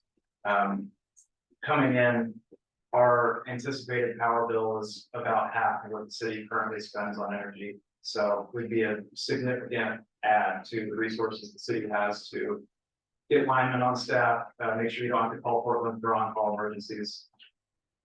And then our really important idea, maybe Colin, you can jump in on this, but as Cascade Locks grows, just getting the stock EPA rates aren't going to be the most favorable. We can see with the tier 2 rates that Russ has been going through, helping you guys work through that. EPA is sort of sending a message that you're going to grow your load, we're going to charge you a lot for it. And they're not encouraging you as a city to grow economically and add more opportunities. They're saying we're going to throttle you right here. And so in the future, or really immediately, depending on how our rate discussions go, we think it'd be wise for the city of Cascade Locks to get an energy procurement trader, someone who's versed in procuring custom energy contracts that are traded on CME and then delivered through BPA transmission, so that as you grow from a utility that's using $3 million of power to 20, 25, or $30 million of power, you have someone who is in your corner every day looking at how you can get that cost as low as it can be. And, from our standpoint as well, that's the most important thing for our business. So we're highly aligned in making sure the city has a great energy procurement specialist, and that the benefits that are given to us as being a flexible load are passed on to the city as well. So that meetings like this, where you're deciding whether you have to raise people's rates by 10% or 20%, don't necessarily have to happen as often. So that's all I got. I'm looking at this and I'm seeing. One up, 6, 7 jobs. And. When Roundhouse was here. They were talking 20 to 40. And talking about the same amount of power. Except, right. Might not be a step in. Roundhouse is a traditional data center. Yeah. And they required, diesel technicians to maintain their offline, diesel power generators. So that they could stay up in times of demand. Yeah. Puts them in a priority firm customer where we're a demand response customer. So, their requests or their demand for power would butt up with the port's demand for power. And a priority engagement, whereas we could coordinate with the port to use time in the off-peak power. When energy is cheap, the procurement specialist would be able to capitalize on. Well, from my perspective, we're a utility and we're here to sell power. I'm just gonna say that their job is to create Yeah. jobs, our job is to sell power, Yeah. so. Correct. Besides all the. And then, yeah, the job creation is a perk. We'll buy everything you try. I hear you with. I do appreciate that you're not using chemicals to cool or water. So I do appreciate that. Air conditioning makes it pencil, doesn't make it pencil out, so we opt out from that technology. Do you use any other kind of cryptocurrency or is it just Bitcoin? Well, it's indirect. There's a majority of it is Bitcoin miner. There's also Litecoin miners and Dogecoin miners, and like that. Those do exist and they're in the wild. They're very popular. There's also a complete array of different computes and different projects that don't necessarily mine Bitcoin directly, but they pay Bitcoin. So it's indirect, but yes, there's lots of different projects out there. And that's all demand responsive. So I mean, that last one. yeah, it's all demand responsive. There's even a storage base, like cloud storage, literally pictures of cats. And large data sets, and we stay online for a specific amount of time, but then we can go down. And they just get the data from another provider. But you get paid for hosting and trafficking data. And even outside of cryptocurrency as well, there's other large computing needs that don't necessarily have to have 100% uptime. Like the back end of ChatGPT, for example, is not something that has to be up 100% of the time on the back end. So some kind of compute like that is a fit for what we're looking to do. Bitcoin is a very volatile commodity. What happens when that price jumps? So that's an important question. For our pilot site, at least, our model is co-location. So we're providing the data center and IT services, and people are actually sending their machines to us. So we're acting as a manager for these people's equipment, and so they pay a rate. We aren't tied to whether Bitcoin is making money or not in our core business. We're only tied to whether our customers pay us for their computing equipment to be hosted with us. It also sounded like you're somewhat agile and what your data process. It's not just cryptocurrency, it's pictures of pets and kittens and whatever else, and. Absolutely. And so we've talked about how Bitcoin is very sensitive to energy prices. And so things like computing for AI are not necessarily sensitive. It's a different model. And so if we can get at the very least a pilot project going in the city, it's very likely that if we get up to 15 megawatts, 6 of those may be something totally different from Bitcoin. As a way of insulating our business, making sure that we have diversified business models, aren't so tied to nobody in Cascade Box is freaking out if the Bitcoin price goes down because they're going to lose a big customer. We're insulated from that. You're insulated, but would be your customers who have this equipment, they're leasing or renting from you or whatever. But if they can't pay bills, As you continue, as you keep paying for the electricity. At that point, we can seize their equipment. So we have custody of their equipment. If they stop payment, that's our collateral. But what collateral do we have on the load that we are now bearing? Pretty significant security I was deposit. gonna say a very large deposit, yes. Okay. So in the interest of time, I know we've got to get consensus that we're gonna go past 10. So we can always invite you to come back. Council would like to hear more in depth and more questions. I think that answered all of my questions. How does council? I have one more question, because you guys are talking a lot about. A lot of power technology that we don't currently have in the city with like wind and solar. We use hydro almost exclusively because it's BPA provided, and I understand like, yeah, like a lot of those wind and solar things, like they can only operate during certain times, and when they do, they need power to be used, and if not, then it's kind of a waste, but the river will flow. And so we're pretty steady that way. And the only time we're really affected by brown or blackout conditions is if we have storms that take out power lines, and then everybody's down regardless. It's not, Right. it's not like we're turning off power because.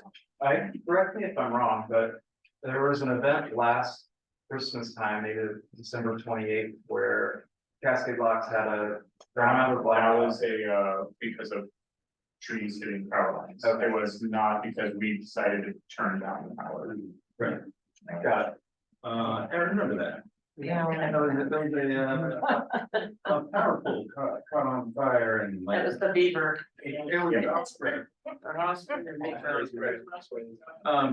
Yeah, that was unfortunate. We just ended up hitting the emergency button and shutting down, and waiting for repairs to happen.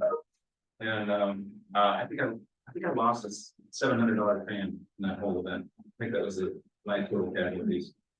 But aside from that, it was we weathered it. We waited until power was green and voltage was good. And then came back online immediately. I just want my whole thing is like at least here Cascade Locks currently are a pretty steady power provider, so operating in the excess energy, we don't have excess energy. We have the energy that we have, and we have as much as we can provide. There's no like, oh, we have excess power. We have as much as our system can hold.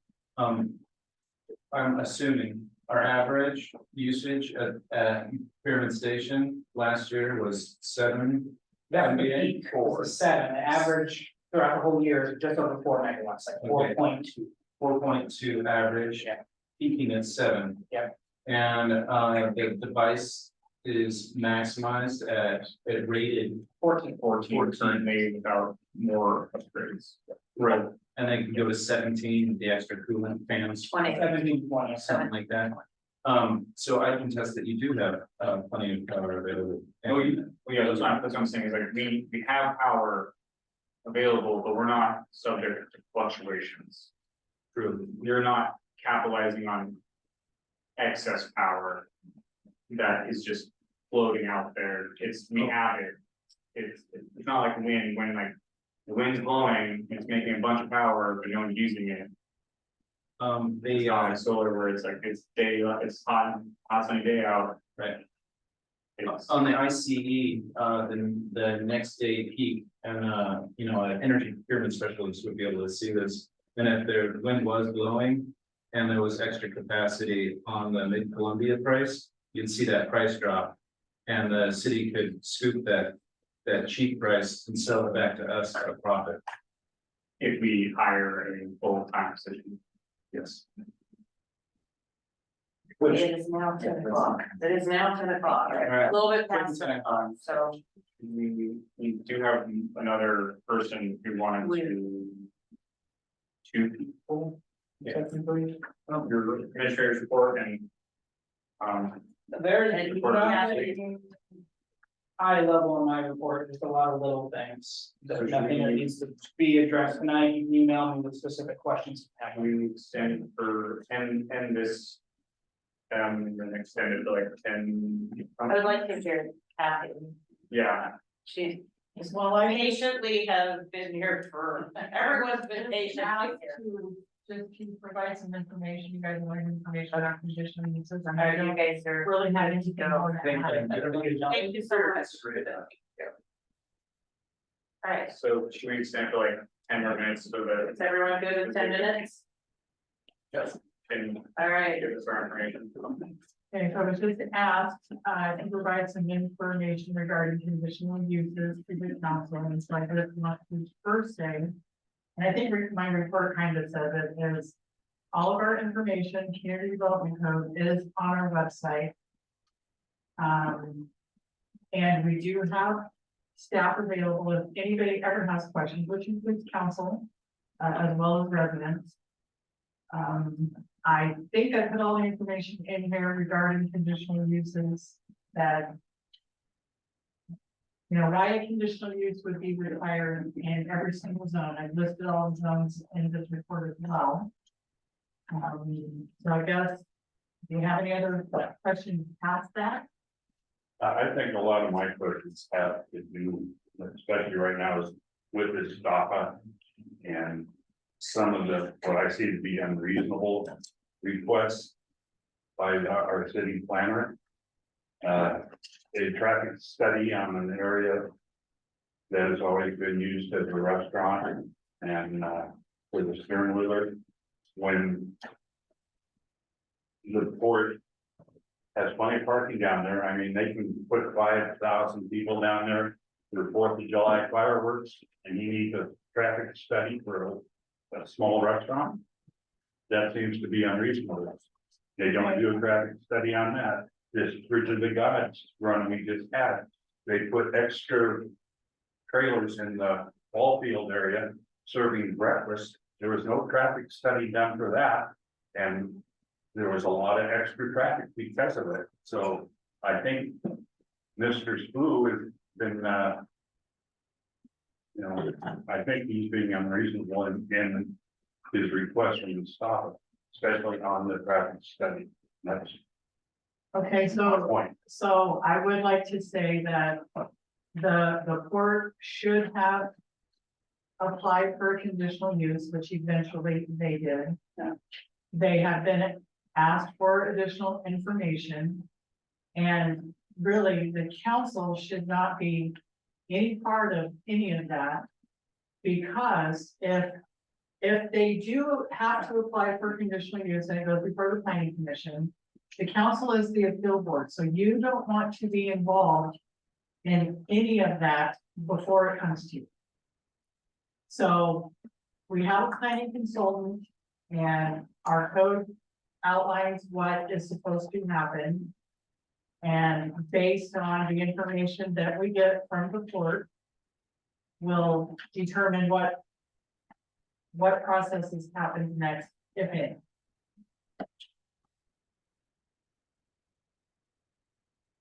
Does that help? well, I understand the not being involved part, but. Don't like it. No, I don't like it. Thank you for all of this. Thank you so much. Really appreciate it. Okay, any other? Thank you. City Administrator Bennett report. Do mine really quick here, it's got a lot of little things in it, we met, Bob earlier tonight, he, the community liaison, started today. Kind of made a game plan for moving forward, did a tour of town, he does 16 hours a week. Will probably be mostly remote, to begin with, learning the ropes. We hired a county clerk, Angela Guyman, she starts next Monday, the 21st, she was the administration manager for Mountain Home Biological in Benjamin. She has done everything within a office setting, including payroll, accounting, payable, receivable, so she'll be a great asset. City finances, bank reconciliations are finally caught up for 22-23 fiscal year. In the packet is a overview of where we stood for each fund. This is just expense versus revenue. This does not include the starting balance because that number is not official until it's audited. So we don't have an official starting balance for 22-23 until it's audited, which just started. So we switched his focus to getting the audit going, and he will be on site the 21st and 22nd to help get Angela up to speed. I don't remember who asked for it now. There was a group asked about the overlooked park finances, kind of just daily maintenance, checking in, getting supplies is about $6,700 a year. This doesn't include any one-time expenses like sink repairs, dispenser replacements, items like that. I can look that up if you would like. But assuming there's no vandalism, that's what it costs to operate. OLCC permit, you probably all saw the email from last weekend about the last minute application. I have a report in here as well from City Recorder Woosley at how other cities handle it. It's all over the board. Some of them have the staff do it, some of them, some counties review every single one. Up to you guys, looking for a book today, just wanted to bring it to your attention to see if that's one less thing council would like to get off of their plate and have staff do a little more quickly. Garbage roll carts are, some of them were delivered Friday, some of them came in today. I thought they were gonna be dispersed this week, sounds like it'll be later. As soon as I get an official schedule from Hood River Garbage, I will blast it out today. With a little notes on, here's why you're getting them, here's where to put them, here's the limits. Because I guarantee somebody in this town is gonna wake up one morning with a garbage can and they're driving and go, what the heck? So, gonna try their best to get the word out. Subdivision, Councilor Happy had brought up information on it. It is all in there, kind of the, from when they start they purchase the land to the houses are built. There is a subdivision section in the CDC. And it just goes spot by spot. If you want to look up the past records, it starts in 2021. We can dig those up. So it's chapter 8-6.180. I think I've written it down here. It should be in here. And then you mentioned tours, which I think we can get set up with the developer and the contractor. I just figured trying to get a date best, or we just pick one and see who shows up. I think. So, but they are making progress. They are finishing up stage 1, moving on to stage 2, which is utilities. Planning workshop. You had brought up the planning workshop email. I did hear back from LOC. That group has provided trainings for LOC in the past, so it is backed by them, but it's $400 per person. So it's full spend. Charter review. We talked about updating the charter, bringing it to vote. I had learned through City Recorder Woosley, we used to have on the regular city charter review committees. So I'd like to have the mayor restart that and make this as public as possible and get as much input as possible. And in order to get this done in time, we probably have to have council approve it and get it sent to the county to be on the ballot in about a year. So we need to get it moving. Community picnic next Friday, the 25th, starts at 5 p.m. Myself and several staff will be there representing the city. The fire station bay door was covered by insurance minus $1,000 deductible, and fire and EMS did 50 calls in July. They were non-stop in July, so kudos to them. And that's my report. Do you ever get the rate change? Yes, that was enough. For July? Or did it go in effect after? When did we have that? Was it July? You remember over that? The EMS ambulance fees. I think it was in July, but I think I'd have to check. I just wanted to, I think I was away that. I think we did in time for the new fiscal year. So Well, I know we went really long night, and I feel like we had a lot of really good presentations from fun and team. Thank you for doing all the homework on the 4-day work week. That was well presented, and all of that. Annie and Janice, the tourism support RFP, really again, really grateful to have both of them submit the RFPs. Annie, we had Russ, really grateful for you again putting together a comprehensive rate study that I think is something that makes a lot of sense. And really appreciate your partnership there. Goodlife Homebuyers, thank you very much for coming in and educating me. I really had no idea what the planning unit was, and it's definitely, it made it much more clear, and especially understanding that it's not just going to concurrency, it's, data and processing, you know. And then obviously adding on the dynamic, fluctuation of how that, it was good to see how that is, and how that can be, utilized. I wanted to ask if it's possible that we could look at fixing our printer. We have a lot of handouts we get that are in color, but the color doesn't come through well. We pay a lot of money for a monthly lease on that equipment. It seems like we should be getting higher quality. Yeah, I don't know why the color's not coming through. Yeah. You gotta replace the fuser. And it's leased equipment, so I think that really we should be getting high quality paper prints here. And thank you for working on the Winsong Phase 2 tour. I specifically request that because I'd like to see it again. I think Phase 2 is this. What I would like to see is the utilities going in the ground. I'd like to see, you know, the stormwater irrigation. Oh, yeah. And the MS4, understanding where, you know, all the electrical stuff goes. I'd like to see something before it's buried, and just to kind of have a better understanding of what goes into a development. I know that all of us that are in that neighborhood are getting a ton of questions, and it's it'd be helpful to be able to. And dusted. And dusted, to be able to speak, I know what exactly is happening, so that's all I got. All right, Councilor Miller? Okay, next meeting, I hope, the STR dilemma is gonna be on our. Yes, yeah, I think we can talk about that. I want you to think about this until our next meeting. We have a short-term rental that was granted a permit, and that's in a commercial zone. It's not allowed to have that in a commercial zone. And the dilemma comes from another house across the street that is within 250 feet. It is not in the commercial zone, wants an SPR permit, cannot have it if it's 250 feet within it. So we have to come up with a solution to solve this problem.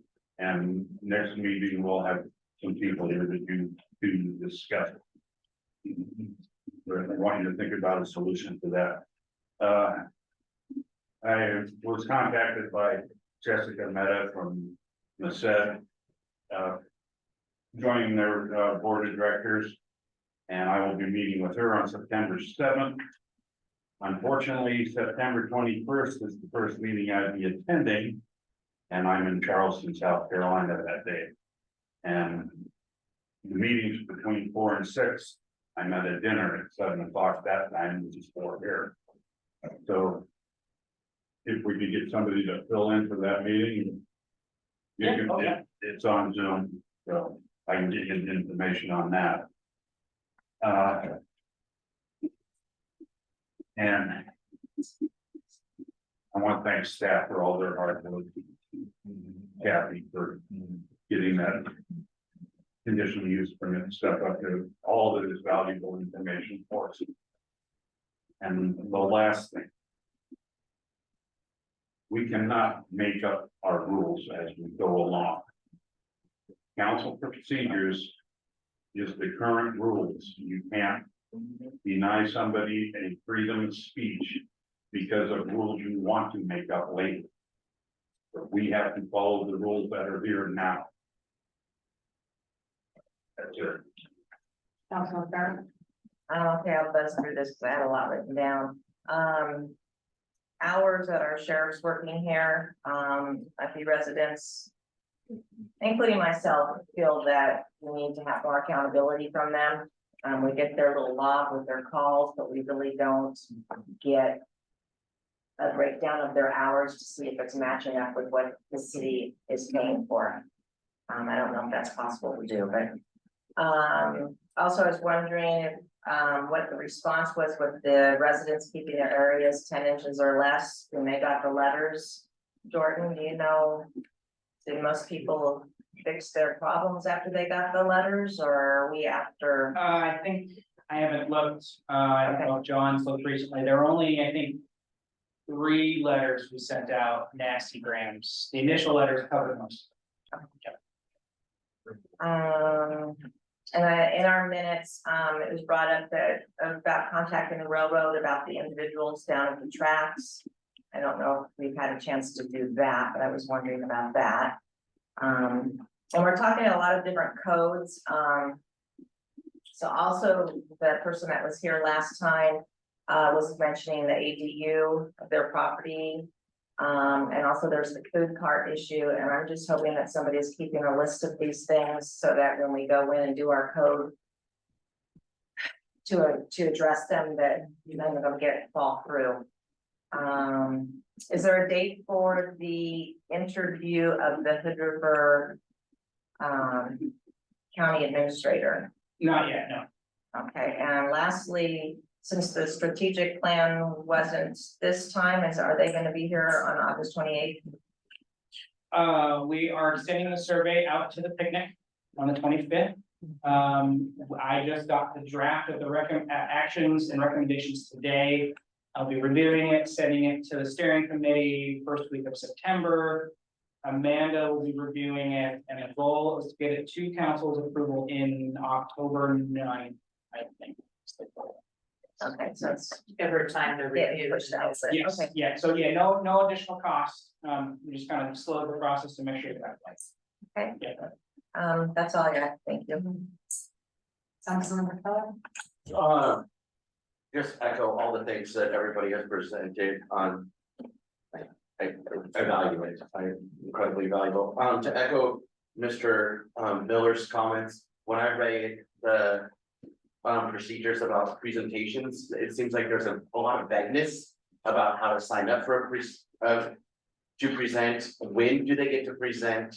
When we have this agenda item that says they can present, when do they get that 5 minutes? How do they sign up for that 5 minutes? I think can be outlined into a more standard policy. That's it. I want to thank everybody for coming and sticking out in this hot room so long. It means a lot. I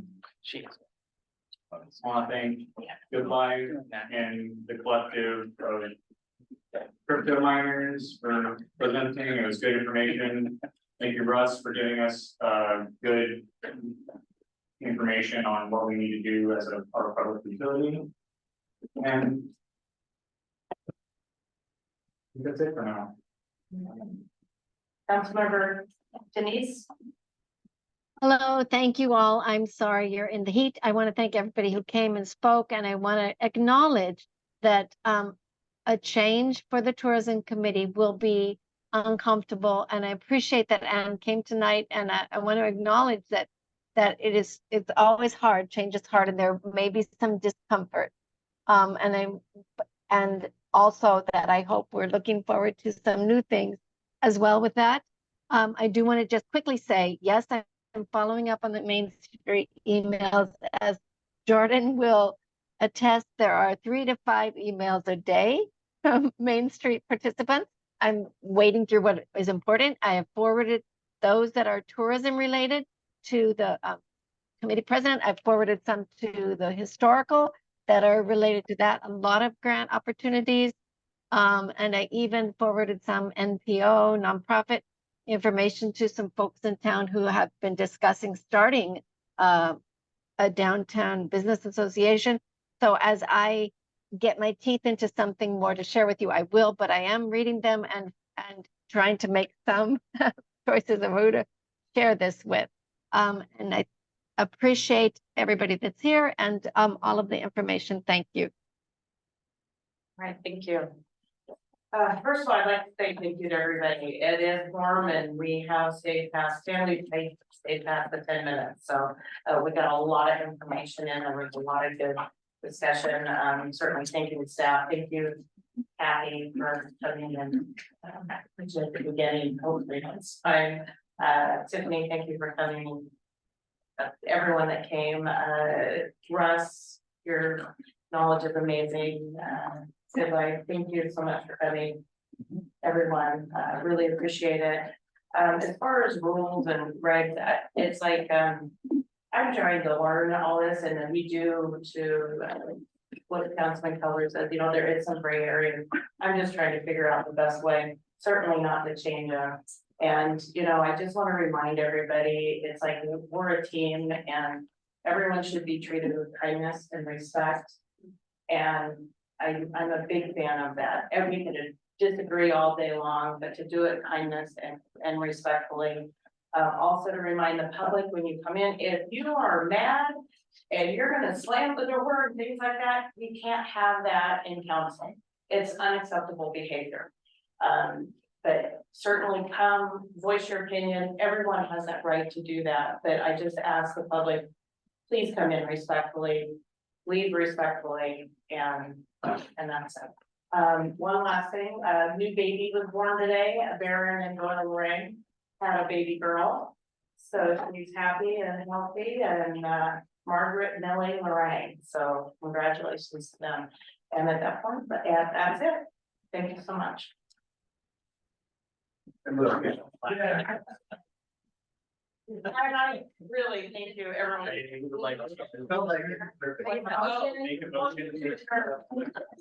Happy. I'll second that. Wait, what? Make a motion. So, Wait. we'll be allowed to comment on action items and reports at the time in which these are. Okay, no. No, okay, no, I agree that. You get to say, you get to come and say.